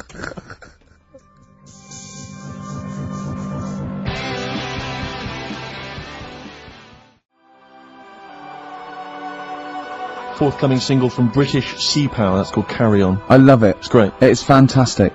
On XFM 104.9. What do you make, Carl, of these people? I was reading a paper today. They've been queuing up for 12 hours last night for the new Harry Potter book. Oh, God. Oh, God, it really annoys me. Everything, oh, God, it really annoys me. But who has to... I mean, I know it's just a kind of willful sort of stubbornness. I see adults reading it, you know. Well, I was up in Hampstead last night, and there's a Waterstones branch of that, and there were a couple of people outside, queuing, waiting for it to open. What do they look like? Well, I mean... They're like the ones that come out of Forbidden Planet on a Thursday. Yeah, I mean, what do you expect? There was one guy, I mean, I don't mean to disrespect him, but he was a big bloater, wearing shorts. I don't want to see his big fleshy legs. He looked like John O'Coleman, if I'm not... There's nothing wrong with John O'Coleman. He wore a knapsack. They always seem to have knapsacks for some reason. Well, they got old papers in there, haven't they? Exactly. Got a 9-year supply of there was Mirror. about 4 of them. There was a couple of women, a couple of guys. All looked basically the same. They were interchangeable. And, they were there from him in a minute. Yeah, I am the fat bloater with fleshy legs. Yeah. I recognise your description. I like to read these books whilst listening to XFM of a Saturday. I was sort of watching them from where I was, and they must have been there for about an hour and a half. They're obviously strangers. Their common interest was Harry Potter. They were sort of chatting to each other for about an hour and a half. So as I'm leaving, I wander past them. An hour and a half in to them having met each other, the conversation is, all I heard was, well, of course, apparently she cried when she finished the last one. And I thought, they've not moved on. The conversation had not moved on. No, they might have been talking about Dawn French and her chocolate orange. By then. Yeah. I know she cried when she finished the last one once. Yeah. But I've got no time for them. Pop into Woolworths now. Yeah, I'll tell you what, get it tomorrow, read it then. You're gonna get home at 1:30 and start reading it. Exactly. Brilliant. So you can put it on the internet. Oh, God. Your opinions. Oh, it annoys me. It is extraordinary. The whole kind of Harry Potter phenomenon has passed me by. I know. Well, people, good luck to her, you know. But you meet adults who are, you say, what are you doing? They go, I'm just rereading Harry Potter. What, you couldn't follow it the first time? Yeah. I mean, it's not her fault, you know, she made £300 million by writing a few books for her kids. Well done. But, I'm sure I'm not sure they're very good, but, I haven't read them, I'm sure they're not. But no, I don't know. No, I'm joking. I've no idea. A book about a little wizard. With glasses. Yeah, and make millions. It's so easy. If you think it's so easy, you do it. You like him, because you look a bit like him. Well. Wow. You know. I wonder if he's on that wish list, that woman who emailed in, why was she making a list of unlikely... Can we leave this now? No, but I mean, what was context was it? It was like, here's my top 10 weird looking fellas that I do. What was it? No, but she was talking about what? She'd started talking about, what? Body waxing, and went, and by the way, while I'm here, here's 10 blokes that I would if I had to, and they're a bit weird, you'll be surprised. What was the context? I forgot. He's scared to say anything now! He's scared to say anything! Oh, bless him. I just was looking at a picture because I was attracted to it because she was good looking and that didn't read on. Is that alright? Well done. That's got you out of that little mess. Yeah. But, Harry Potter. Yeah. Can't be honest with it. Have you read them? No, because the first time it came out, I was a bit confused, wasn't I? Because I thought it was about Of course you were. Yeah. Of course what? What? This is a what? It's a book. No, I got confused with the little rabbit. I thought it was her, didn't I? You talked about it when Beatrix Potter. Yeah, I got mixed up with that, so I sort of missed out on the first one anyway. You were just running around confused. So it was it was sort of too late to get into it, I think, after... Yeah, it's too late now, yeah. It's impossible. Same with Shakespeare, if you weren't around, you know, the day he wrote the first ones, there's no point in going back. But it's all the fuss that she's getting as well, like, Well, I think it's because she's a British industry now, isn't she? I mean, it must have made... What, billions? Well, it's the perfect success story. She writes a story for her children, and it becomes a worldwide phenomenon. You know, it's not cynical. It's just a great story. Did your dad ever pop anything down in writing? I'll tell you what, my mum wanted to do it. Yeah. There's been loads of things, little inventions she's come up with and that, but she's been too busy doing other stuff. But she used to come up with stories for me as a kid that I'm sure, if they came out, they'd be a success. Yeah. Go on. Do you remember any of them? There was one about a little red car. I can't remember how that ended. But the one that was really good was about a kid who gets a dog, right? But it's quite an old dog. This is going to be an episode of the Waltons, isn't it? And then go on. And he's playing with the dog and that, but it starts getting a bit old. It's about 15 or whatever. Yeah. And he goes, "Oh, it's rubbish, this dog." So, I would love that book for kids. I would love that. Tommy went, "Oh, Mummy, my dad's... Oh, no, kill it then. Kill it then." Shall I? "Yeah, just throw it in the lake. I'll get you another one. Do you want a Nintendo? Yeah. Kick the rabbit to death then. Or no food for you." Oh, forget Brilliant. it. No, come on, no, Come on.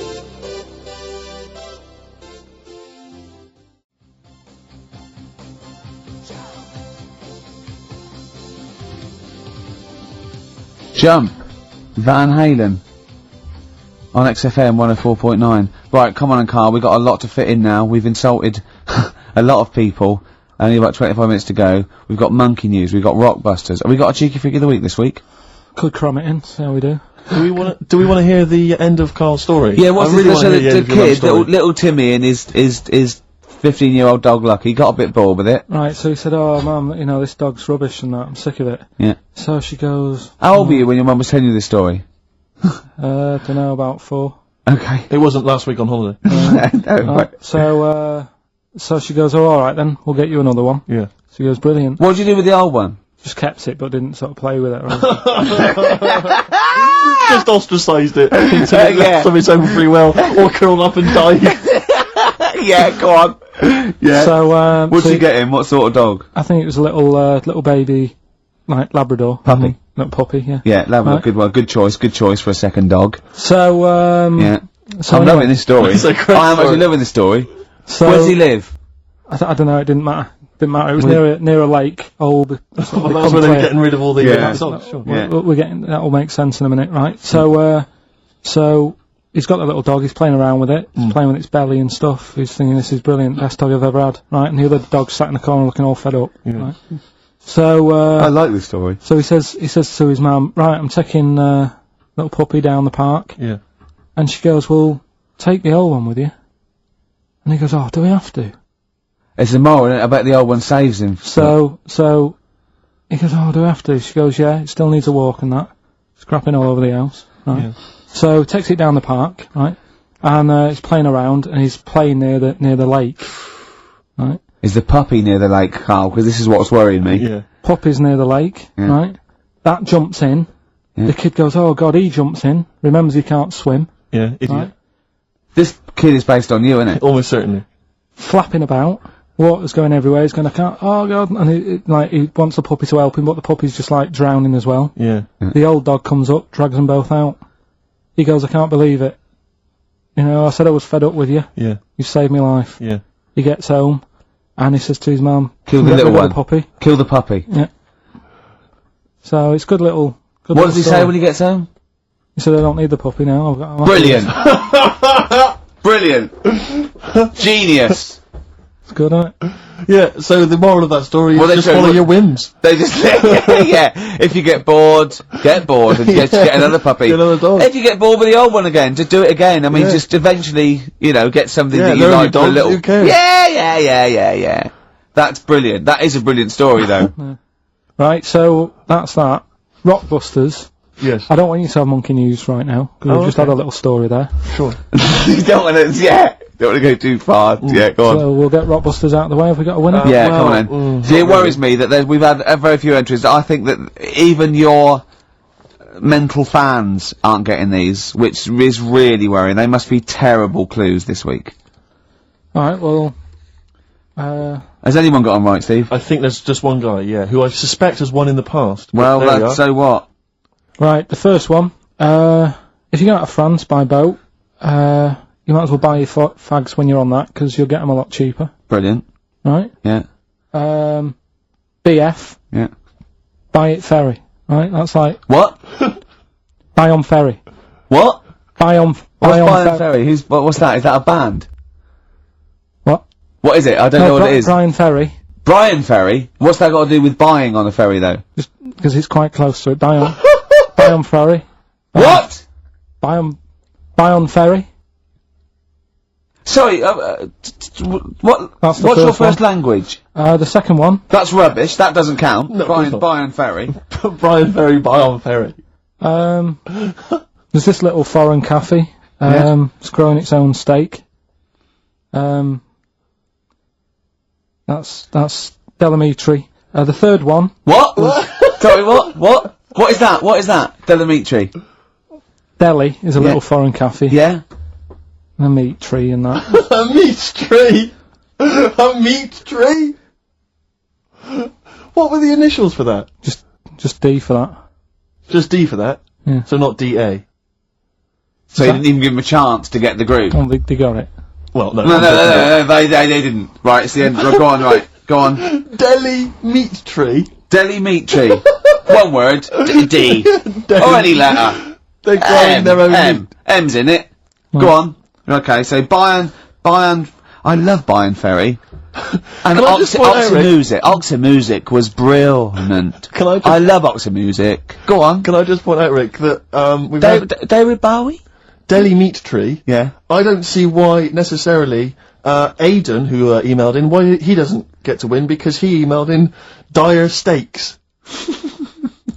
Seems to me just as valid, as far as I can tell, but Delhi meat tree it is. And the last one, if there was a Jamaican fella on the Titanic. I'm looking forward to this. With a little bit of fear. Jamaican fella, if he was on the Titanic, he probably would have screamed this. Yeah. That's Christ de Burgh.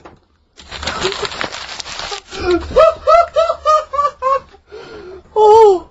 I don't know what to do. Stunning. So who's the winner? I'm not going to give it to anyone. I just What's the Jamaican bit got to do with it? Just the D. Just Christ de Burgh. Say it again. No, I think they've worked it out now. Say it again. Christ de Burgh. And who's that? What? Who's that? Who's what? Who's Christ de Burgh? Chris de Burgh. Who's the winner, Steve? do you know what? I'm going to give it to Aidan, because he just treated you with nothing but contempt. Steve Martin, emailed in again. He got the first two, and then the last one he just emailed, I neither know nor care about this answer. I'm tempted to give him Do you know what you've done there, don't you? Go on. You've put the nail in the coffin of, Rockbusters. I warned you for 3 weeks, and you sort of bucked your ideas up for a little while. But Christ de Those Burgh, are the worst you've ever done. the worst, Delamitri, so, and didn't just put D, and then Bayern Ferry. Bayern Ferry. Bayern Ferry. So, is that it then? Aren't we doing it Play anymore? record. Aren't we doing it anymore? I'm ashamed. You're an idiot. Are we doing it anymore? I'm just gonna keep saying you're an idiot. Play a Are record. we doing Carl, it have anymore? you learnt nothing from Dr. Fox? Yeah. That's not Sony out the window. Huh? Aren't we doing it anymore? What, you need to start working on it now, because they're so good, you need to start working now for next Saturday. Aren't we doing it anymore? Just, I don't know. Aren't we doing it?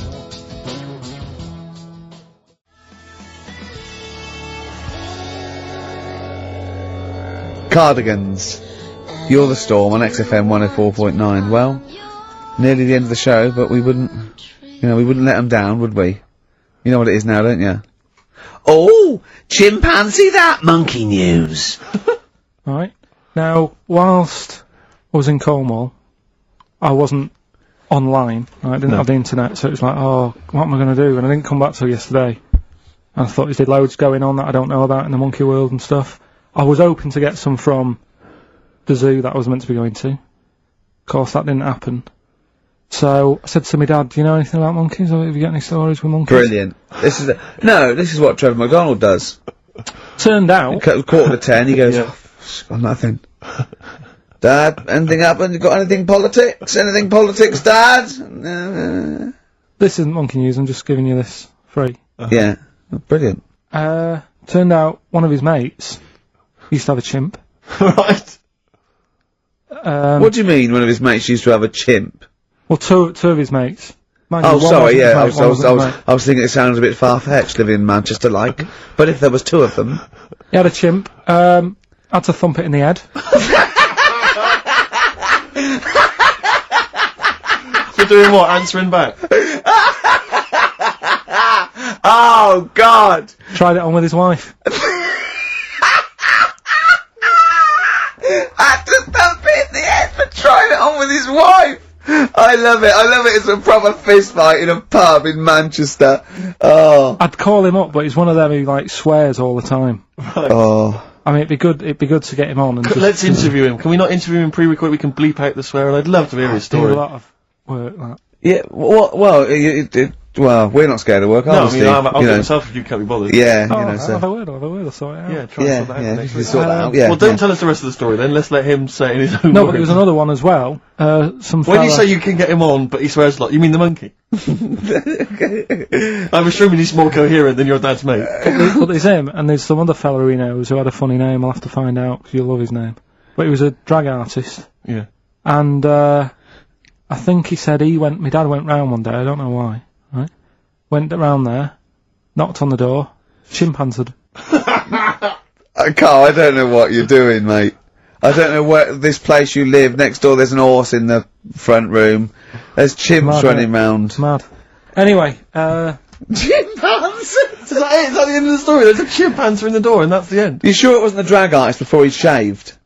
no, Sure it wasn't your gran? Because I like the really airy ones that decide they can be female impersonators. Yeah, you're grand. Anyway. Go on then. This is the monkey news. So you got that for free. What's this going to be like, Well, let's Steve? have more jingles. Okay. Oh, chimpanzee that! Monkey news extra! Okay. Right, another phrase. We've been talking about phrases today. Yeah, we have, Don't teach yeah. your granny when she's shaving. Yeah. Don't teach your granny to suck eggs. Yeah. Don't look a horse in the mouth. Yeah. Don't let the chimpanzee the jaw if you're chucking your cock in. Familiar with the phrase monkey business? No, never heard that one before, Carl. That's brilliant. Right, well, it came about. This has been emailed in and I haven't really had a chance to look at it, so I'm just weighing it up now. Yeah. This is the biggest shambles on air, isn't it? Really? Oh, I'm ashamed of it. I mean, what was Dr. Fox? Dr. Fox must have been really polite. He must have been thinking, I don't know how to put this. He must have wanted to scream and go, you shouldn't be in the radio authority. My parents listen online, I can't look them in the eye. Right, I think I've weighed it up. Long time ago, right? Yeah. In the, olden days, yeah. in Go the Amazon jungle, Yeah. right? Yeah. Little family of monkeys in there, right? Having a good life, right? Didn't have any predators in there, right? So, they were loving it. Yeah. They had a load of food around them, they had loads of banana trees, Yeah. right? No, I don't think so. No, they did. Sorry, yeah. Everything's going great, so they're happy in that. They go to bed, Okay. wake up in the morning, load of bananas gone. Ooh, hang on, interesting. Hold on, wait a minute. So, Either your dad's been around, or... This isn't the great Amazon banana robbery, is it? so anyway, turns out it was another load of monkeys from another part of the island, from the rough bit. From the rough bit! I love it! They went into a middle class area. They're the that ones is- with the earrings and the leather jackets. Oh, that is brilliant! From a rough part of the island. So, the monkeys thought, well, there's no point getting into a fight with them because they're harder than we are. Yeah, Yeah. of course, and they carry chains. So, I love all this They conjecture! got flip knives and tattoos. Yeah, go on. so basically, they said, let's do some business with the bananas.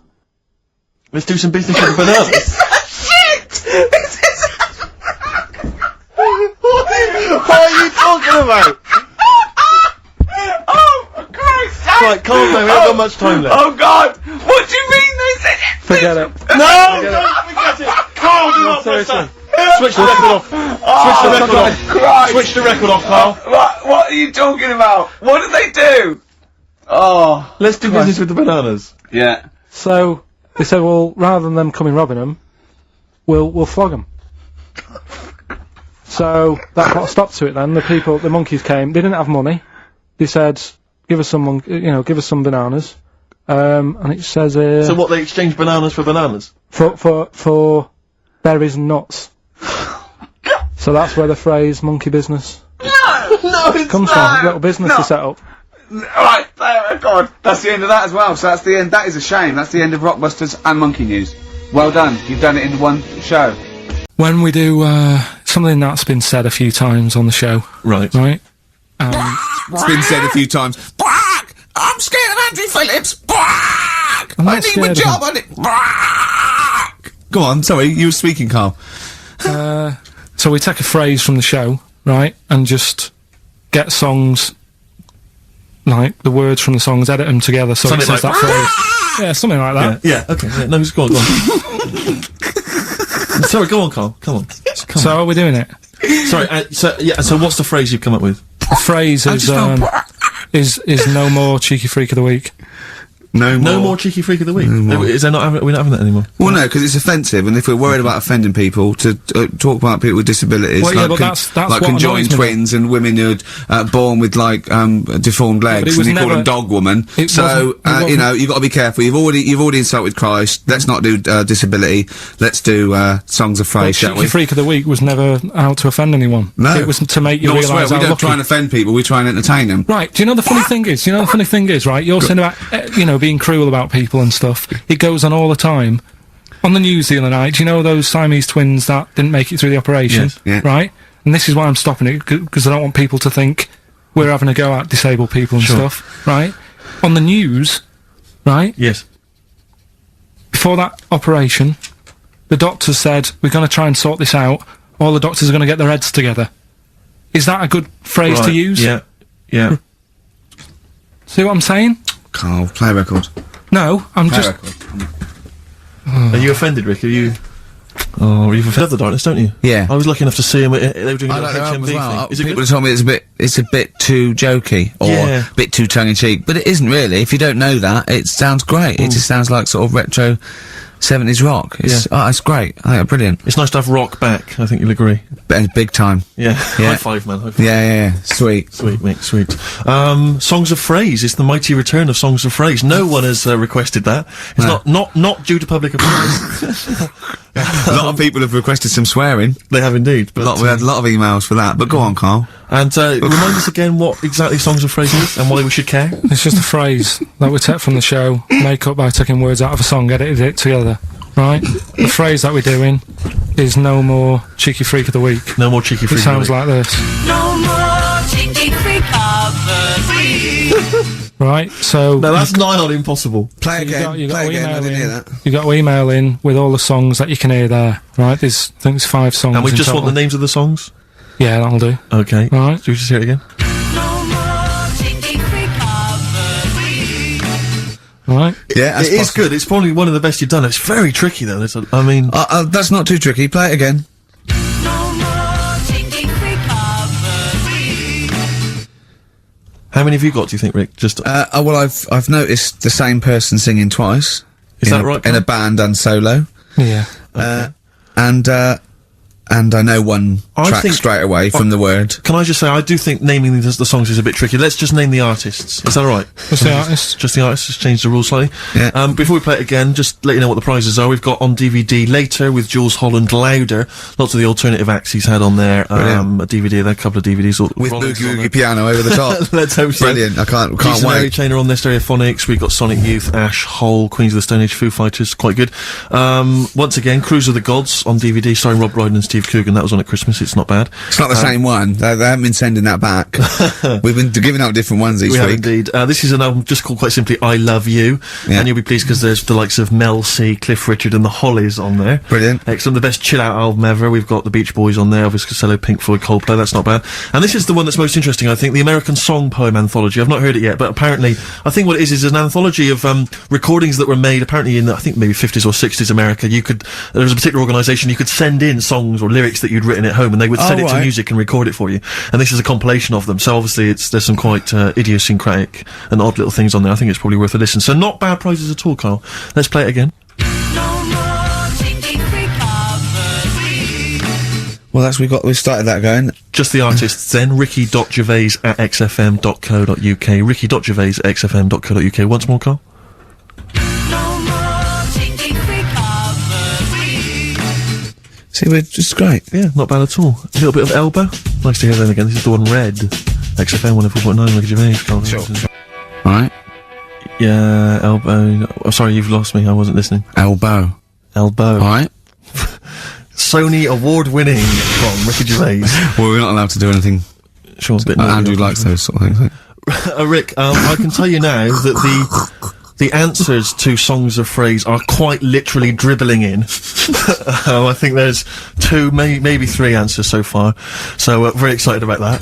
And, we just had an email from Dan. He says, my Mrs. Lynn is pregnant and is 8 days overdue. Karl, could you offer any words of encouragement to coax the baby down the birth canal? I've sat Lynn only inches away from the speaker to allow optimum audio transfer to the uterus. What would you say to that, child there, just to lure it out to the wide world, Karl?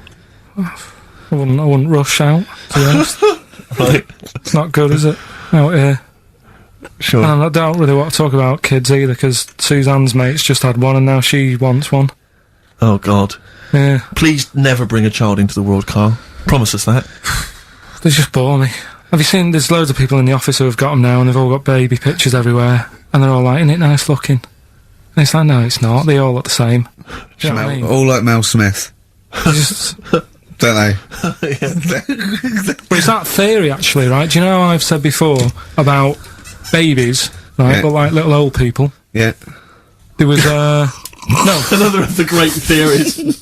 no, the fact that, you know, you're born, and you sort of, you know, you got no teeth, you got a little bald head, you can't control your bodily functions and that. Sure. Then you get to like Sorry, 70. you're describing yourself? or Yeah, what? I was to say, you've got a dangerous No, ground, I'm just saying, that's how you're born. Yep. Then you get to about 70 or whatever. Yeah. Well, that starts to happen again, doesn't it? Right. Yeah. Now, there was a story in America about, just backing this up again, 70-year-old fella, 70-year-old fella, okay. little bald head, Yeah. right? Probably no teeth, and that, Probably, yeah. nappy and that, right? Yeah, probably, yeah. Goes It's not into, like 70-year-olds pop the old nappy on your 70th birthday, take your teeth out. Goes into an off-licence to get some beer, doesn't get served because they didn't think he was old enough. Right. Okay. Right, okay. Wait. Carl's back.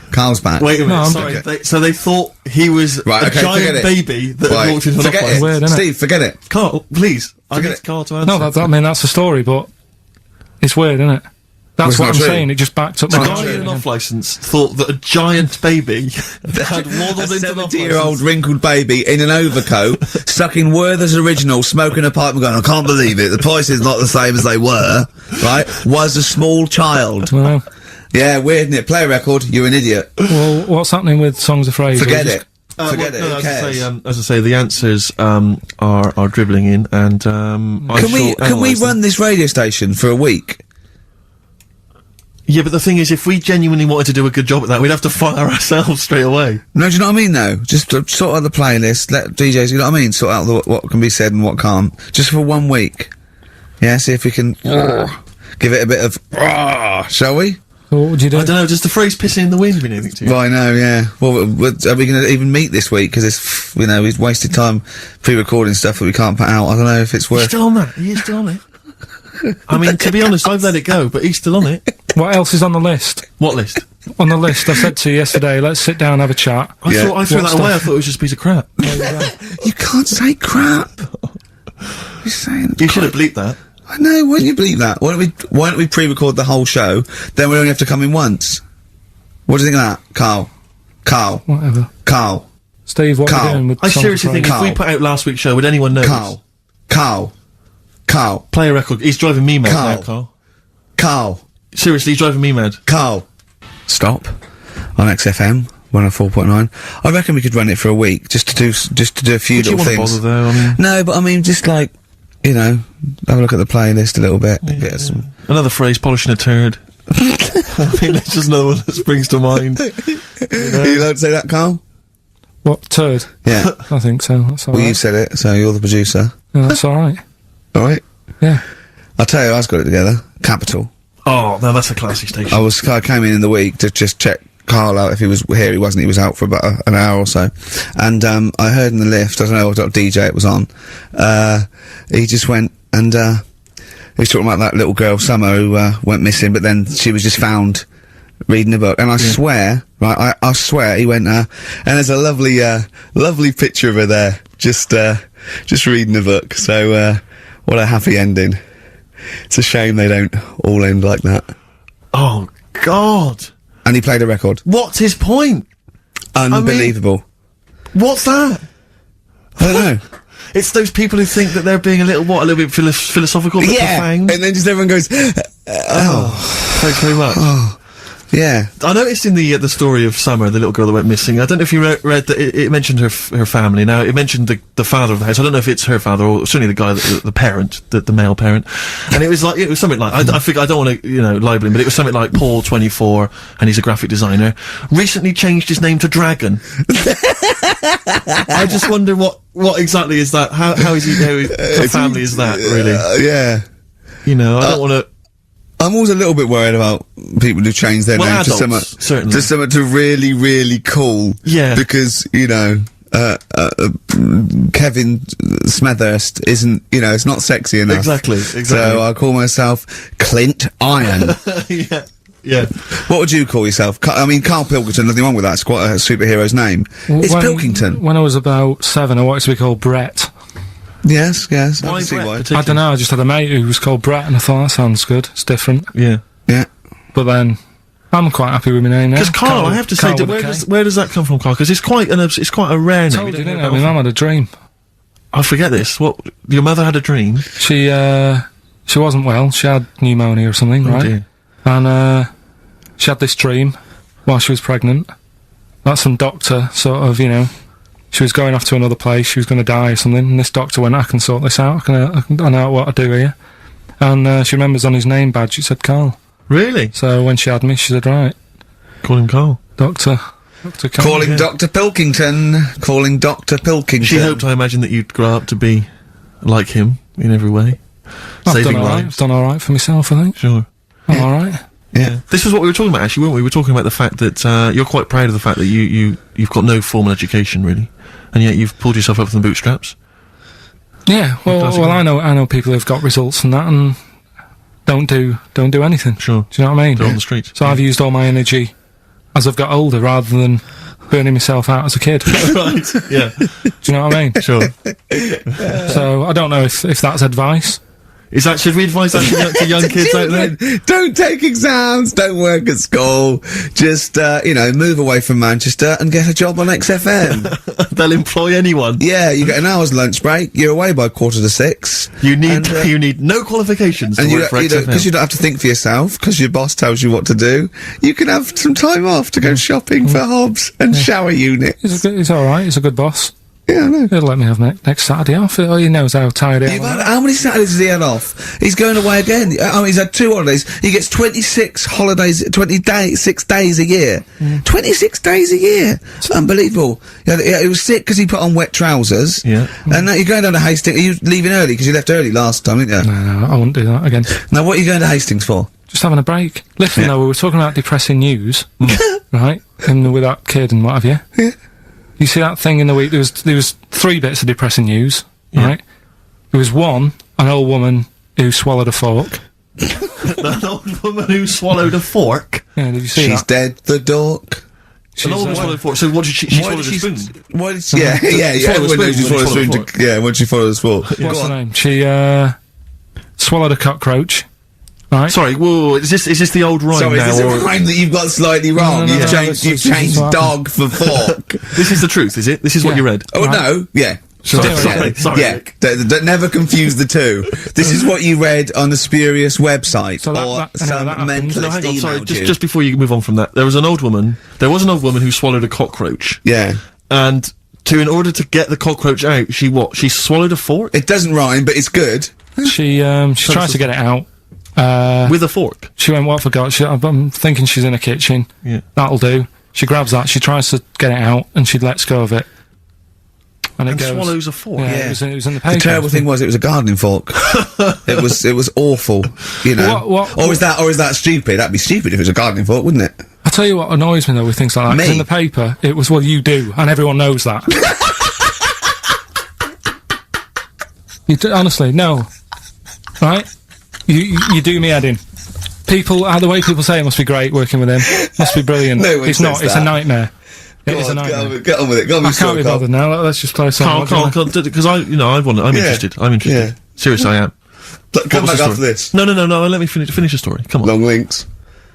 I'll tell you in a bit, 'cause I'm getting annoyed. Lucky man, that's for Carl, who is a lucky man. 2 hours every Saturday here. Just a little bit of chat and laughter. Some great records. Alright? What are you going to Hastings for? Just to chill out? yeah, What are you going to do? just chill out. What specifically is in Hastings that's of interest to you? They having another battle? Nothing, it's just cheap, isn't it? If you can get a B&B for about 40 quid. Sure. The weather's good, so Well, let's all go. why not? Yeah, why not? Do you want Ricky to come down with you? Now. Right, okay. Now, you were going to tell us something before he started winding you up. What were we talking about? We were talking about the old man who was mistaken for a small child. It was actually, the 70-year-old who they thought was underage. Right, so then we got on to, right, so the old woman, I was saying, she ate a cockroach. Right? She ate a cockroach, yes, Yeah. by mistake. How did she eat a cockroach? Why was there a She was cockroach? cleaning up, she was cleaning up, it jumped in her mouth. So she immediately, the first thing she did was immediately grab a fork and plunge that down her throat. Yeah. Well, no, maybe not immediately. I mean, she tried other methods. She tried plastic spoons, her fingers, maybe washing it out, maybe going, oh, I nearly swallowed a cockroach. Did she try that one? Ugh, how horrible. Right, so anyway, the fork went down, Yes. and it's got this picture in the paper of, like, the X-ray, and you can see the fork just, like, going across like that. Yeah. Wow. That's mad, isn't it? Yeah. Well, it was, where the fork was in her abdomen, was it? In an X-ray? Yeah. Are you sure she swallowed it? Yeah. Sure she didn't just say that to the doctor? Like, how did it get in there? You got a fork inside you? No, I know what you're getting at, because I remember years ago, do you know Dr. Steele? Do I know on, Dr. Steele? Yeah, he does... Is he a it him? superhero? The one on Richard and Judy. Right. What's he, a psychiatrist or the He resident just doctor? pops in and Is he's that got the a sort of problem. like the suave sort of... He's not that smart. I know the one He's you mean, just, yeah, I know the guy you just a normal doctor fella. Sure. And, yeah, this was like in the 90s, and Richard and Judy said, we got the doctor in again today. We're looking at things that, have been inside people. And there's this one, right? Fella comes on, with an X-ray. Yeah. It's sat on a pint glass. He sat on a pint Well, glass. yeah. that's what... He hadn't, had That's what he he? said. Ah, sat on a pint glass. I remember that story that was published about the bloke, and this is the excuse he gave to a doctor when he had to go and have something removed. It was a bottle of sort of HB sauce or something up his. What word can we say in case Andrew's So you listening? don't need to, people know what you're saying. Okay. Right. Rectum. Is that all right? No, you didn't need to say it, but... Well, no, he might as well. It's a medical term, isn't it? Doctors Anyway. say rectum, don't they? Anyway. So the doctor got it out, and the excuse he said he'd been shopping, been to Safeways, he brought his shopping home, and he popped the shopping on the front step, and he realised he's locked himself out. So he started to shimmy up the drain pipe, but his trousers and pants fell down while he was climbing, and he slipped and fell on the HB sauce bottle, right? And that was the note thing, right? And the doctor had put at the bottom on his notes, this would be somewhat more believable if Safeway sold their HP sauce with condoms already attached. Oh, wow. Well, God. I'm a bit bizarre. Why did he put a condom on it? No idea. To use it again on his chips. So he didn't just buy it to have a quick, Yeah. He thought, well, I don't want to waste HP sauce. Sure. I mean, I use it up the arse, then I have it on the chips.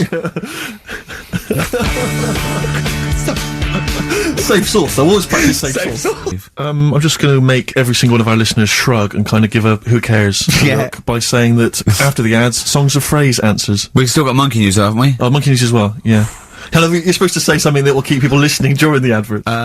Should we bring back no, can't do cheeky figure of the week. Playing some ads. Blackalicious and Deception on XFM 104.9. Ricky Gervais, Karl Pilkington, Steve Merchant. Well, We were talking just before the ads about.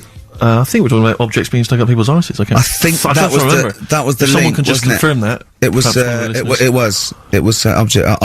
objet d'art, What objet d'art? Arceus, objet d'art. Objet d'art. Which, maybe that's a new feature. Objet d'art. Objet d'art. Using objects you've stuck up your French for stuffing stuff up your arse. Yeah. But I remember when it's not really, it was just about objects and odd things in odd places. I, used to work for a magazine when I lived in Bristol. And, I remember the editor said to me once, he said, "Oh, we got half a page to fill. Do the usual. Phone up a hotel and ask them what the weirdest objects they've ever found left behind in a hotel room are." This was something they did every year. They just they would phone up the local hotel. And I found out, I can only remember 2 of them, but they have stuck in my mind. These were found, I think it was the, Marriott Hotel in Bristol. Yeah. They were found by cleaners. A chicken. A live chicken? Hotel, yeah, a live chicken in a hotel room. And that was just left behind. And, a false leg. I mean, I don't know who leaves behind a false leg. I mean, presumably you'd notice if you didn't have your false leg, because you'd be lying on the floor. But I just remember, well, yeah, I don't know where else you'd find those 2 objects, except perhaps Paul McCartney's farm. But I've always thought to myself, who left behind a false leg? Maybe the chicken pecked it off. Yeah, well, possibly. The person with it just like went and goes, so much different, I keep falling over. Yeah. I don't know why, and where's my chicken? Yeah. She probably called later and said, did the cleaners find, chicken a false leg? I'll check. Yeah. Hold on, have a look. We haven't had them handed in. Yeah. I don't know, we get a lot of chickens and false legs left behind. What was it like? Yeah. It was just a wooden thing with a foot. Has it got a foot on the end? Well, yeah. Yeah, we might have found it. It might be yours. In pirate films, they always had, the pirates would have the peg leg, which was just a piece of wood. There was no effort to make it look like a leg. I don't know why it didn't dawn on them then to make it look more like a leg. I mean, I don't know at what point. I quite like a big. Do you know I why? wouldn't really be that interested, but I'd be marginally interested to see the history of It was peg fashion, leg. because they didn't wear long trousers then. So they all stopped to the knee. So, Right. why are you wearing long trousers? No reason. Let's have a look at your legs. Yeah. No, it's more embarrassing, you see, if you hide it. Yeah. It's like they had a hook. Yeah. Why didn't they have a glove? A hook is never a glove. It's not a practical enough thing. It is if you're abseiling between 2 buildings in a hurry, because then you can just use it straight down the wire. But a hook is such a grotesque thing. I mean, because Alright, don't have a go at 'em. But I mean, there's no one except that weird guy who was up in North London who's still got a hook for a hand. Well, I think it is useful. Impractical Because it's good. Well, no, it's good for Carry carrying bags. Yeah, carrying shopping. Do you think that was the concern of pirates? Well, like Tesco. I mean, they didn't have like animatronic sort of stuff then, did they? I know, but it's just so. I mean, if it's just not very flattering, is it? A hook. I mean, Jane was at school with a kid who had lots of different things, like knife, fork, he could screw onto the end of it. That's brilliant. That is brilliant. That's good. That's almost as good as having a hand. Yeah. For the canteen. But at school, you'd be the coolest kid in school, surely. Bit more frightening in the swimming pool. Or on a bouncy castle. Yeah. But yeah, for chopping up a bit of, I imagine him being banned from the bouncy castle at the fate. You can't let him on. Oi, Hooky, get off. You're not welcome on here. I'd like to apologise for some of the things said in today's show. But what happened when he started asking girls out and stuff? I imagine he spent a lot of time with his hands behind his back. Oh God, with a sore spot on him one. Probably. That's so and I can get out with this one. Yeah. Doctor said, that's handy. There's a fella in Ward 2 that's got a shopping We should bag put up you his two arse. together. Just pop it up there, pull it out. Shopping intact. Done. Anyway, Hastings answers soon. for Rockbusters. He's going to Hastings in 10 minutes, isn't you? Can't wait. He's looking forward to it. Lovely day. Lovely town. Nice little trip. Chill out, come back refreshed. Monday. Let's do some work. Ooh, you'll sleep tonight. What does the boss want me to do? He's done you there, Carl. I was letting it lie, and he comes back with that after we were getting on. So, who's the winner? Answers. Well, let's give us the answers first. Right, well, This was this is how it sounded. It's not Rockbusters. I'm calling it Rockbusters because It's all weird. they're all interchangeable in my mind. Right, Paul McCartney, Cheeky Girls, Sugar Babes, Space and Beatles. Okay. Brilliant. You've really, I mean, if you're not interested in it, Carl, seriously, mate. Anyway, we're going to give the prizes, which were pretty good this week, to James Waters from Colchester. Well done to him. He's got them pretty much right. Where's Dickie Anderson? Not heard from Dickie Anders for a long, long Because time. I wanted to, if there's one show I'd wanted to hear, it's this one. Because we've pulled out some of the stops now, haven't we? He's excited because he's going away, so he's putting an extra bit of, Come on, let's play a record. Let's play a tune, then let's come back with Monkey News. Can we have some Monkey News to end with? Easy. Placebo in this picture on XFM 104.9. 8 minutes to go. Let's make it a good 8 minutes, and then we can all chill out Yeah? Enjoy the rest of the weekend. Play the jingle. Oh, chimpanzee that monkey news. Excellent. A particularly aggressive jingle this week. Wow. Yeah, looking forward to this monkey news. Carl. Right. Come on. So, what's the name? What? We've done. Sorry, what? Brilliant. We've done a lot of monkeys who like got involved in crime and stuff. Yeah. Right. We had the one on the train station, nicking a bag. Yeah. We had the one who went Don't into a remember that bank. Who cares? Went into a bank and walked out with the money and stuff. Yes. Right. Didn't happen either. Next. But the thing is, you never sort of found out what happened to them. If they sort of got worse, got more involved into crime just and monkey stuff. news update. That would be amazing. Brilliant. What they found out in India is Yeah. it's got a prison. It's just for monkeys. You mean wild animals? You mean A zoo? Yeah, a zoo or a kennel or No. something that where it's been gone mental or something. No, it's a prison. Yeah, It's a prison. is it? Does it have fraud cases? It's Mainly sort of animals that are attacked things. It's mainly violence, I bet. That's my. that and theft. Say it Nicking again. Stuff. Theft. Say it again. Theft. Say it again. Robbing. No, let's go back to that word. We're going to keep doing it. We've got 6 Robin. minutes. You're going to say the word right before you go to Hastings. Well, you say it. No, Well, you no, say because then it you'll know how first. to say it. Well, alright, robbing then. It's been caught robbing. Say it again, though. Who's anyway. Robin? Who's Robin? So, they've got this prison, right? This is extraordinary. Say it again. No, you're not going to say it? Oh, go on then. So they got a prison for them, right? And, there's 11 of them in there, 11 monkeys. Right. That are in there for life.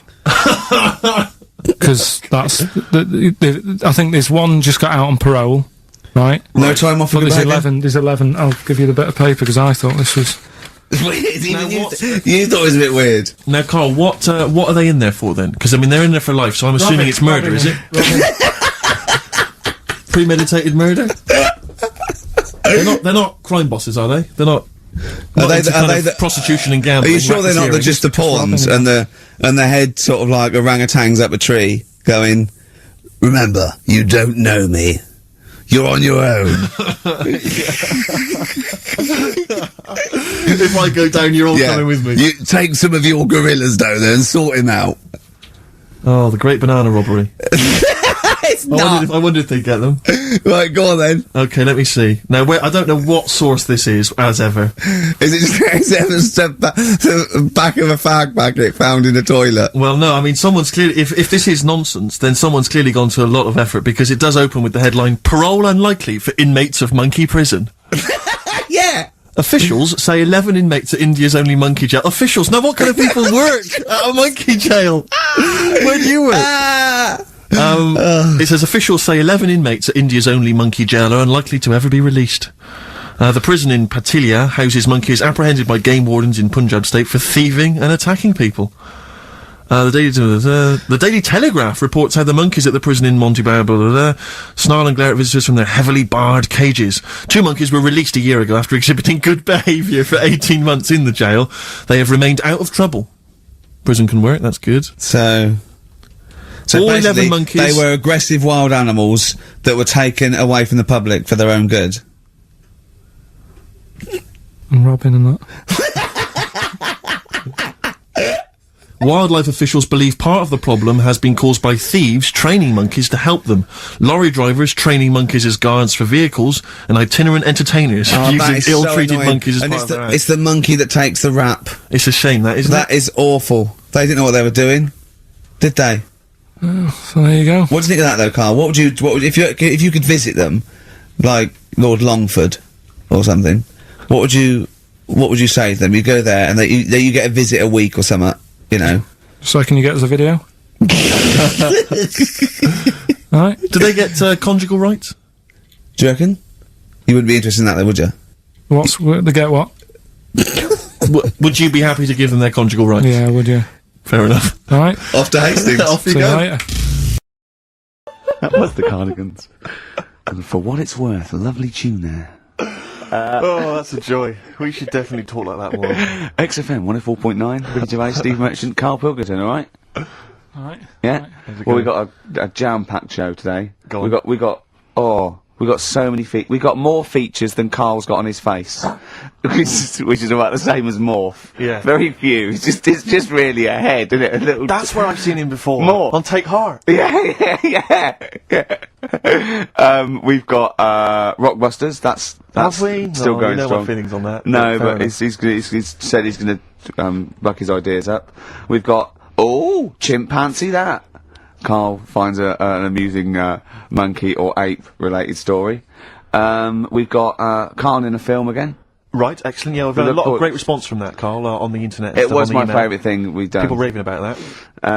So and, what's can we say what the film is this and week? excuse my French, we've got some bloody great music. Oh, pardonnez-moi. Wow, I don't know. I can't speak French. I can't Well, I'll just give you a taste. We got Oasis, Cardigans, you just heard there. We got Lloyd Cole. We got a bit of Pretenders coming up. Eminem, Feeder, Coldplay, all the greats. Can I play you some Teenage Fan Club later? Yeah. What should we have now? Oasis. Go on, then. Yeah. This and Songbird. It's a nice little ditty It's all right. Yeah. of a It's not so Saturday. bad. Yes. Thank you. XFM 104.9. Ricky Gervais, Steve Merchant, Karl Pilkington. I think we should go straight into it, Carl. I think we should do the competition. There's Carl in the corner. It seems a Whatever. little premature. Do you reckon? Yeah, I Do you think reckon we so. save it? It's Yeah, so good. We exactly. should tease it out of Well, them. it's a big thing. It's just that I've got absolutely nothing to say. I Sure. haven't really. Well, I mean, like often I know you all have spoken to Carl in the week. This week, for some reason, I've been speaking to him. Oh, right. I spoke briefly to him about Michael Jackson and the documentary. Yeah. Now, of course, I thought that was extraordinary. Amazing, and I asked amazing Carl's piece of opinion. work. Yeah. And he didn't mention to me the fact that Michael Jackson likes to climb up in trees. No. He didn't mention anything about his bizarre relationship with children. He didn't mention anything about his obsessive billionaire spending sprees. Right. He didn't mention anything about the mannequins he has in his thing, or the fact that he drives around his sort of 7 hotel suites in Las Vegas in a little kind of old people's scooter. The only thing of note for Carl was he said to me, "Did you notice how big his hands are?" I'll tell you what, though, I did. What? Yeah, how you look at the man's got like a face that he's had reconstructed. Well, I I can't know. say that's libelous. Yeah, But, no, he hasn't. He's got an odd he's had two nose face. jobs. Yeah, And but you're looking at his hands. But I think it's because you look at him and he looks a bit like there's a bit of androgyny there, but it's sort of like it is quite a petite sort of old lady's face in a way. But then you see these labourers' hands come out.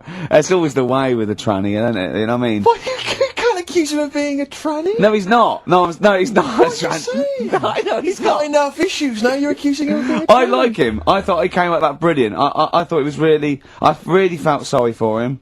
No, I think he cleared up a few things as far as I'm concerned. I thought it was a fascinating piece of work, but I did like the shopping spree. That was great. Extraordinary, 'cause he's Just got such going around, bad just taste. pointing. I know it was bad taste, wasn't it? It was like one of those bazaar shops. You Yeah. know what I mean? There's anything sort of a gift shop, but they're trying to make it look like Ming, But if I mean, and if it's sprayed gold. if he'd been living in a trailer park, he'd have been ordering, one of those porcelain dolls dressed like a Harley Davidson I know, bike yeah. rider, or an Elvis commemorative plate. It was the kind of But- billionaire equivalent of that. But the hands were a giveaway.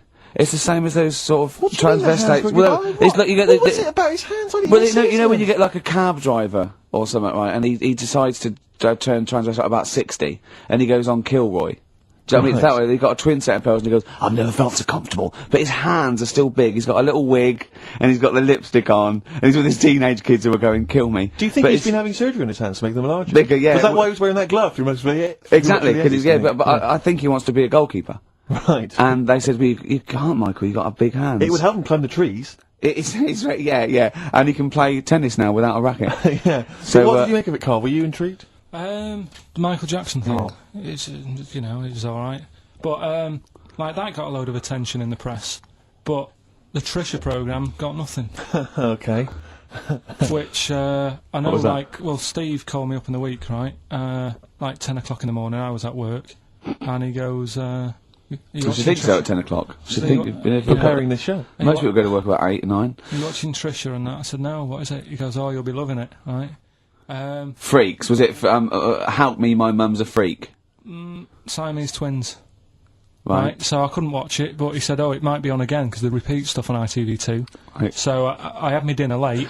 Right, instead of having it at like 1 o'clock like I normally do, Yeah. I had it at like 2:30. Yeah. Sat in the office, put the telly on ITV2. These Siamese twins. Did it blow your mind? It was amazing. You know, we talk about a lot of things on the show quite a lot. The Airy Kids crop up a lot. I was waiting. It's been 10 minutes and you haven't mentioned the Airy Kid. Right, and last week we were talking about Siamese twins, weren't we? So it was weird that this programme was on, but it was amazing. I mean, what I did think you you can't refer to them as Siamese twins. I think they're known as conjoined twins. Why? I think Siamese is maybe considered derogatory or as an old antiquated phrase. Yeah, I think it's because the first famous ones were actually from Siam. Right, but anyway. and that doesn't exist anymore. No, But it's so- conjoined, Carl. Yeah. Get the phrase right. But you'd think that if that's happened to you, that wouldn't be that sort of offensive. The names that you must get called. Right. You think that's the least of your Siamese worries? twins, I'd say, well, that's, yeah. Now, were you stunned by where they were connected? Just live with it, we'd say. Right. Because they were connected, of course, at the forehead. Oh, Sort of, which was quite extraordinary. God.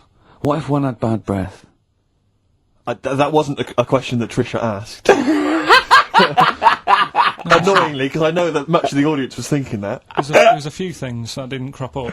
What questions would you have asked of them? Because what things did you feel weren't mentioned? I'd love to just watch Carl watching Well, amazing exactly, things. exactly. Do you know what I mean? It's like early learning. thing. Mouth slightly open. Yeah, some mouth slight open at saliva. dribble, looking round to see if anyone else has seen it. You know what I mean? Like when a cat sees a bird land on the balcony. Exactly, It can't believe its luck. I'd probably say, how do you buy her, like, a birthday present? A surprise gift, yeah. Because everything's ruined. Sure. Right? I'd probably ask... Yeah. Well, did you not think it was interesting that one of them had a boyfriend? Well, that was a bit weird, wasn't it? Uh-huh. But what was the other thing that I was thinking when I was watching it? Was thinking if one got into crime and that was sent to prison, Right. what would happen? How would you handle that? It's brilliant. It is brilliant. If a chimp could talk. And what was the other one? The other thing was what did he talk about? Because it's not as if you can say, oh, well, guess what I did today? Do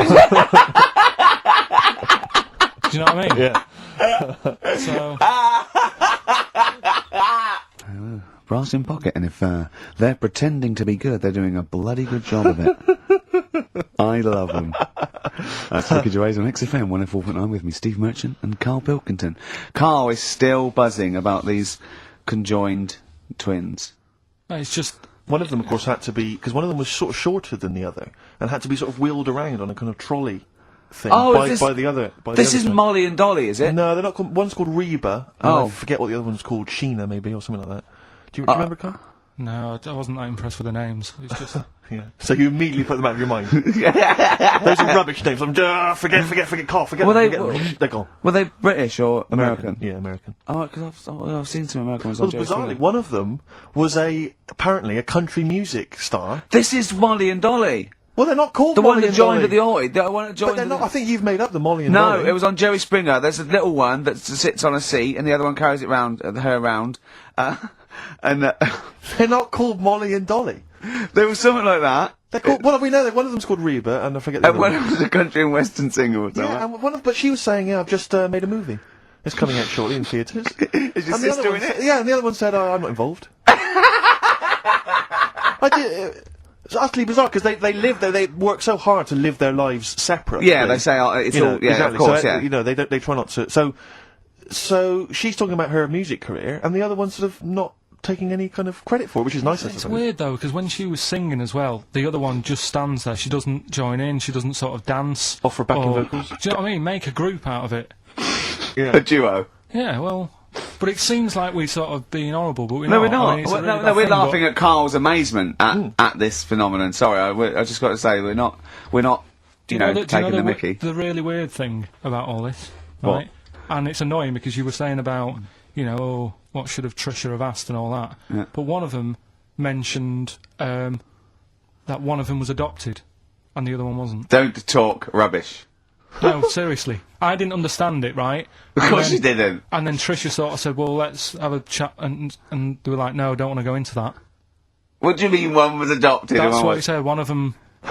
I don't quiz me on it, but that's what was said. Hello there, Hello there, I'm a multi-millionaire, Oh, and yeah. I've just seen your orphanage. Oh, I'd yeah, love it's lovely, to adopt innit? one of your children. You'd like to adopt one? I'd love to adopt a children, because I've got Brilliant. loads from around the world, so I'd love Yeah. to adopt one. I'd give you $10,000 Oh, towards your well, orphanage. we'll speed it through then. Yeah, Brilliant, yeah. okay. We've actually got two left. I so need one.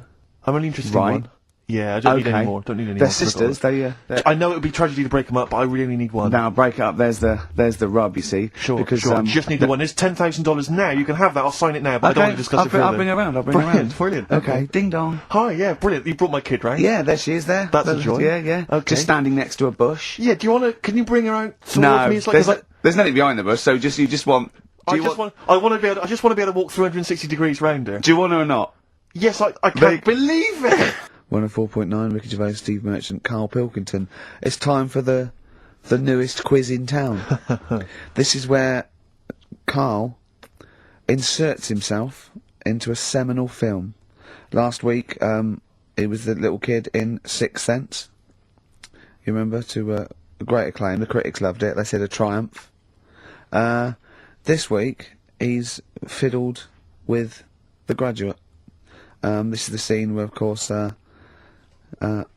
he goes upstairs to the hotel room, and it's on the cards. She's a dead cert, Mrs. Robinson. Well, Here we go then.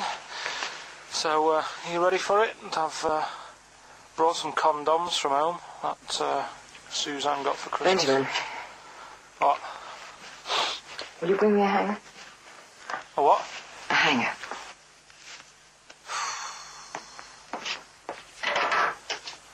Tell you what, I've got wood.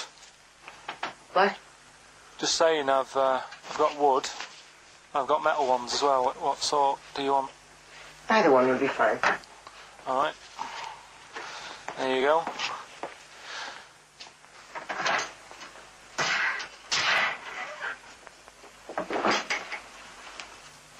Are you afraid of me? No. No, I've seen weirder things than you. Have I ever told you about the two lads I went to school with who had big heads? Webbed fingers as well, but not related, and weren't mates, but both had the same thing, which is a bit weird. Yeah, I've never found out what was wrong with them. Can I ask you a personal question? As long as it's not about my head being round, because Ricky's always going on about that. He's saying I've got a round head. Well, you can admit that, can't you? No, it's. I'd say it's a normal sort of shape. It's just round. It is, isn't it? Yeah, but what do you mean? So is yours. Head should be It's round. nothing to be ashamed I'm of. not ashamed. It's just a normal shape. Mm-hmm. And you can talk. Look at your saggy arse. Oh, that was a joy. Oh dear. It was an absolute treat. Now, I should say that obviously the prize is a copy of The Graduate. Now, bear in mind that XFM is giving away these prizes. Yeah. Karl is so cheap that he wouldn't even buy it on DVD. He's bought it for $6.99 on VHS. It will be panned and scanned. It won't be widescreen. There's none of the extra features that you get on the DVD. Oh, look how at cheap Karl's face. He's gutted. Karl, did you pocket the rest of the cash? No, I have to use my own money to buy these, right? What, you're using your own money to give this stuff away? Yeah. So I had to go and buy that, XFM is so cheap, I I know. understand. right? I know. And it's not worth having it on DVD, is it? 'Cause Why it's not? It's an old film, so. So the quality is do you know what I mean? They can't really tidy it up. 'Cause Of course they can. They do it from a print. They don't do it from the video. They don't get the video and go, let's make it into a DVD. An old Betamax copy that someone had knocking about. Well, anyway, it's you the can. same film, though, isn't it? Fine, okay, well, yeah, you're right, it is yeah. the same But anyway, film, yeah. you can win $6.99's worth of The Graduate. The question, and it's email only, Steve, it's not Steve, it's ricky.gervais@xfm.co.uk. The question is, name the actor that Karl was taking the place of in the film, and of course the actress that he's performing opposite. ricky.gervais@xfm.co.uk. Lovely. Do you want to play something from the... I would love to. It would seem appropriate. Yeah? Simon and Mr. Garfunkel, please, let's not have the sound of silence. Let's have some more beautiful music. Get back together, please, quickly. That's XFM. I think you should do every single link like that. Brilliant, it's the best bit of the show. That's on XFM 104.9. Are we Well, going to there have you time go. to play the clip again before, I don't know, before 2 o'clock, let's say? Are people not listening to the question? Is that what you're... Some people are not listening to the question. Oh dear. Okay, we'll play it again at about 2 then. And personally, any excuse to hear it again, because I thought it was a treat. I think Karl should go out and get the DVD. I think it's embarrassing to give away the Yeah, VHS. you have to get it. You have to go out and buy the DVD later. Carl, on the DVD, it's got a booklet, it's got an audio commentary, it's got behind-the-scenes features, and it's got this pristine widescreen version of the film. You've got some cheap $6.99 version. Yeah, and on so VHS. because you were being mean, because it was your own money, you're gonna have to waste that now because Yeah. no one wants it. So it's gonna cost you twice as much as it would have done if you just got the DVD the first time round. A valuable lesson learned. Yeah. Have I rewound it? There's a penalty if you've not. No, you haven't rewound it. Go and get the DVD later. They're going to win a DVD. No, I looked at the DVD and it was 18 quid. I'm Go not and paying get 18 it quid for and it. claim it back. No, you've got to wait What a ages. cheap station this is. It's outrageous. I mean, Well, do you want to go on with the other prizes with what we're giving away later? what is this for Rockbusters? Well, we it's- don't give away prizes, we throw away prizes. Yeah, it's really cleaning Yeah. out some drawers in XFM. Go on. I'm just having a quick look through before I... Because we've sort of revamped Rockbusters a bit, there's that extra bit in it now, and that audio bit. You're selling it, your big sell. Oh, we're There's not a going DVD straight there. into that yet, then. There's a No, no, DVD. no. There's a DVD there. What's that? I'll go through them later, Rick. I just need to absorb it. Don't so, get excited, mate. So, who did Carl play in the clip? What actor's place did he take, and what actress played opposite him? That's Ricky.Gervais. At xfm.co.uk. Sure. Brilliant. Yeah. Is that it then? What we Just, got coming up? We've got play a some bit- Play a bit of Coldplay. bit of Coldplay, be right? Yellow on XFM 104.9. Get it on DVD. It's an embarrassment. £7 worth of old video, pan and scanned. I've bought it now, that's what they're getting. Right. He's put a downer on it. All the work, you know, that went into that, and then just gonna fob them off with a bit of old celluloid like that. Now listen, still to come, right? We've got the monkeys thing. Oh, chimpanzee that! And when I was out last Sunday, right, at Johnny's birthday party, Yeah, Steve was there, yeah. got talking about stuff, and a debate that we didn't really finish cropped up. It blew your mind, didn't it? Amazing. Oh, I know about this. Steve told me. This is the infinite amount of monkeys. Or a monkey with a typewriter at an infinite amount of time would eventually come up with the works of Shakespeare. Yeah. There was no debate. It's a philosophical, mathematical problem. There's no debate. It's true. It wouldn't happen. No, listen, Carl, listen. Infinity sorts it all out for you, right? An infinite amount of monkeys at a typewriter, right? They do everything. They type everything. Infinity just sorts it all out for you. There's no getting to it and they're going, oh well, let's have a look what they've done. This one's come close. Did Romeo and Juliet. It would do it all. It would type everything ever possible, conceivable. Yeah, That- but it's a mathematical thing. Well, Infinity we've sort- heard your side of the argument, Rick. And I'll be honest with you, it's a persuasive one. But let's hear Carl, because he Yeah. heard about this in a pub last week. Yeah, so what's your he's got some problem? strong What's your ideas problem with himself. it? What's your problem with it? well, first of all, right, you're saying it's a load of monkeys. It's not just one monkey that Depends. can live It- forever. no, wait. It's either a chimpanzee with a typewriter with an infinite amount of time. He would eventually, by definition, mathematically, type everything ever possible. Okay, or it's an infinite amount of chimps with typewriters, and one of them will type it first time. But already that's sort of that's not right. You either need to have What do one you mean? monkey. What? You mean Let's hear his employment point. laws? He What do you mean can't- it's not right? Let's hear him out. Okay. Please. If it's one monkey Yeah. with a typewriter that's got loads of ink in it and that, right? At least it knows what it's done in the past. Don't. It's not. Keep going. Cry. If you've got a load of monkeys, it's like if you have too many. What's that saying about too many chefs? Too many spoil- chimps spoil the soup. Right. Well, it's the same thing. It's like, well, I didn't tell you to put salt in it. I was going to put salt in it, and it messes it up. Whereas if it's just one, they know what's gone on. So what I'm saying is, honestly, leave him go. I can't be bothered, I want Steve. to hear- I want to hear the rest. This blows my mind. He doesn't know what this does to me. It's a mathematical I problem. want to hear the rest. well, it's just I just don't think it will happen. What I do you mean you don't think it'll happen? Infinity works it out for you, by definition. Well, what's stopping them typing the same thing again? They would.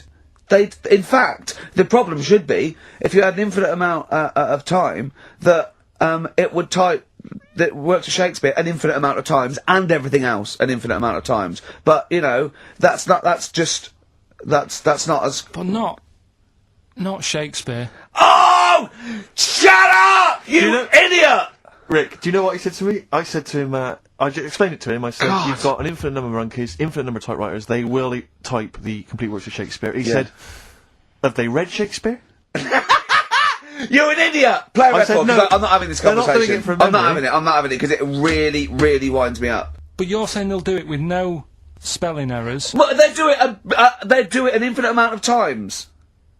And they do it wrong an infinite amount of times. And they spell, the last full stop, wrong an infinite amount of times. And they get one thing wrong in Hamlet wrong an infinite amount of times. They do everything an infinite amount of times. But are they going off a story that they've... Play a record, Carl, because I'm gonna knock you out! I'm just saying... Oh, she's a girl and I'm a man. Good that, innit? On Very good. XFM, 104.9, Ricky Gervais, Steve Merchant, Karl Pilkington.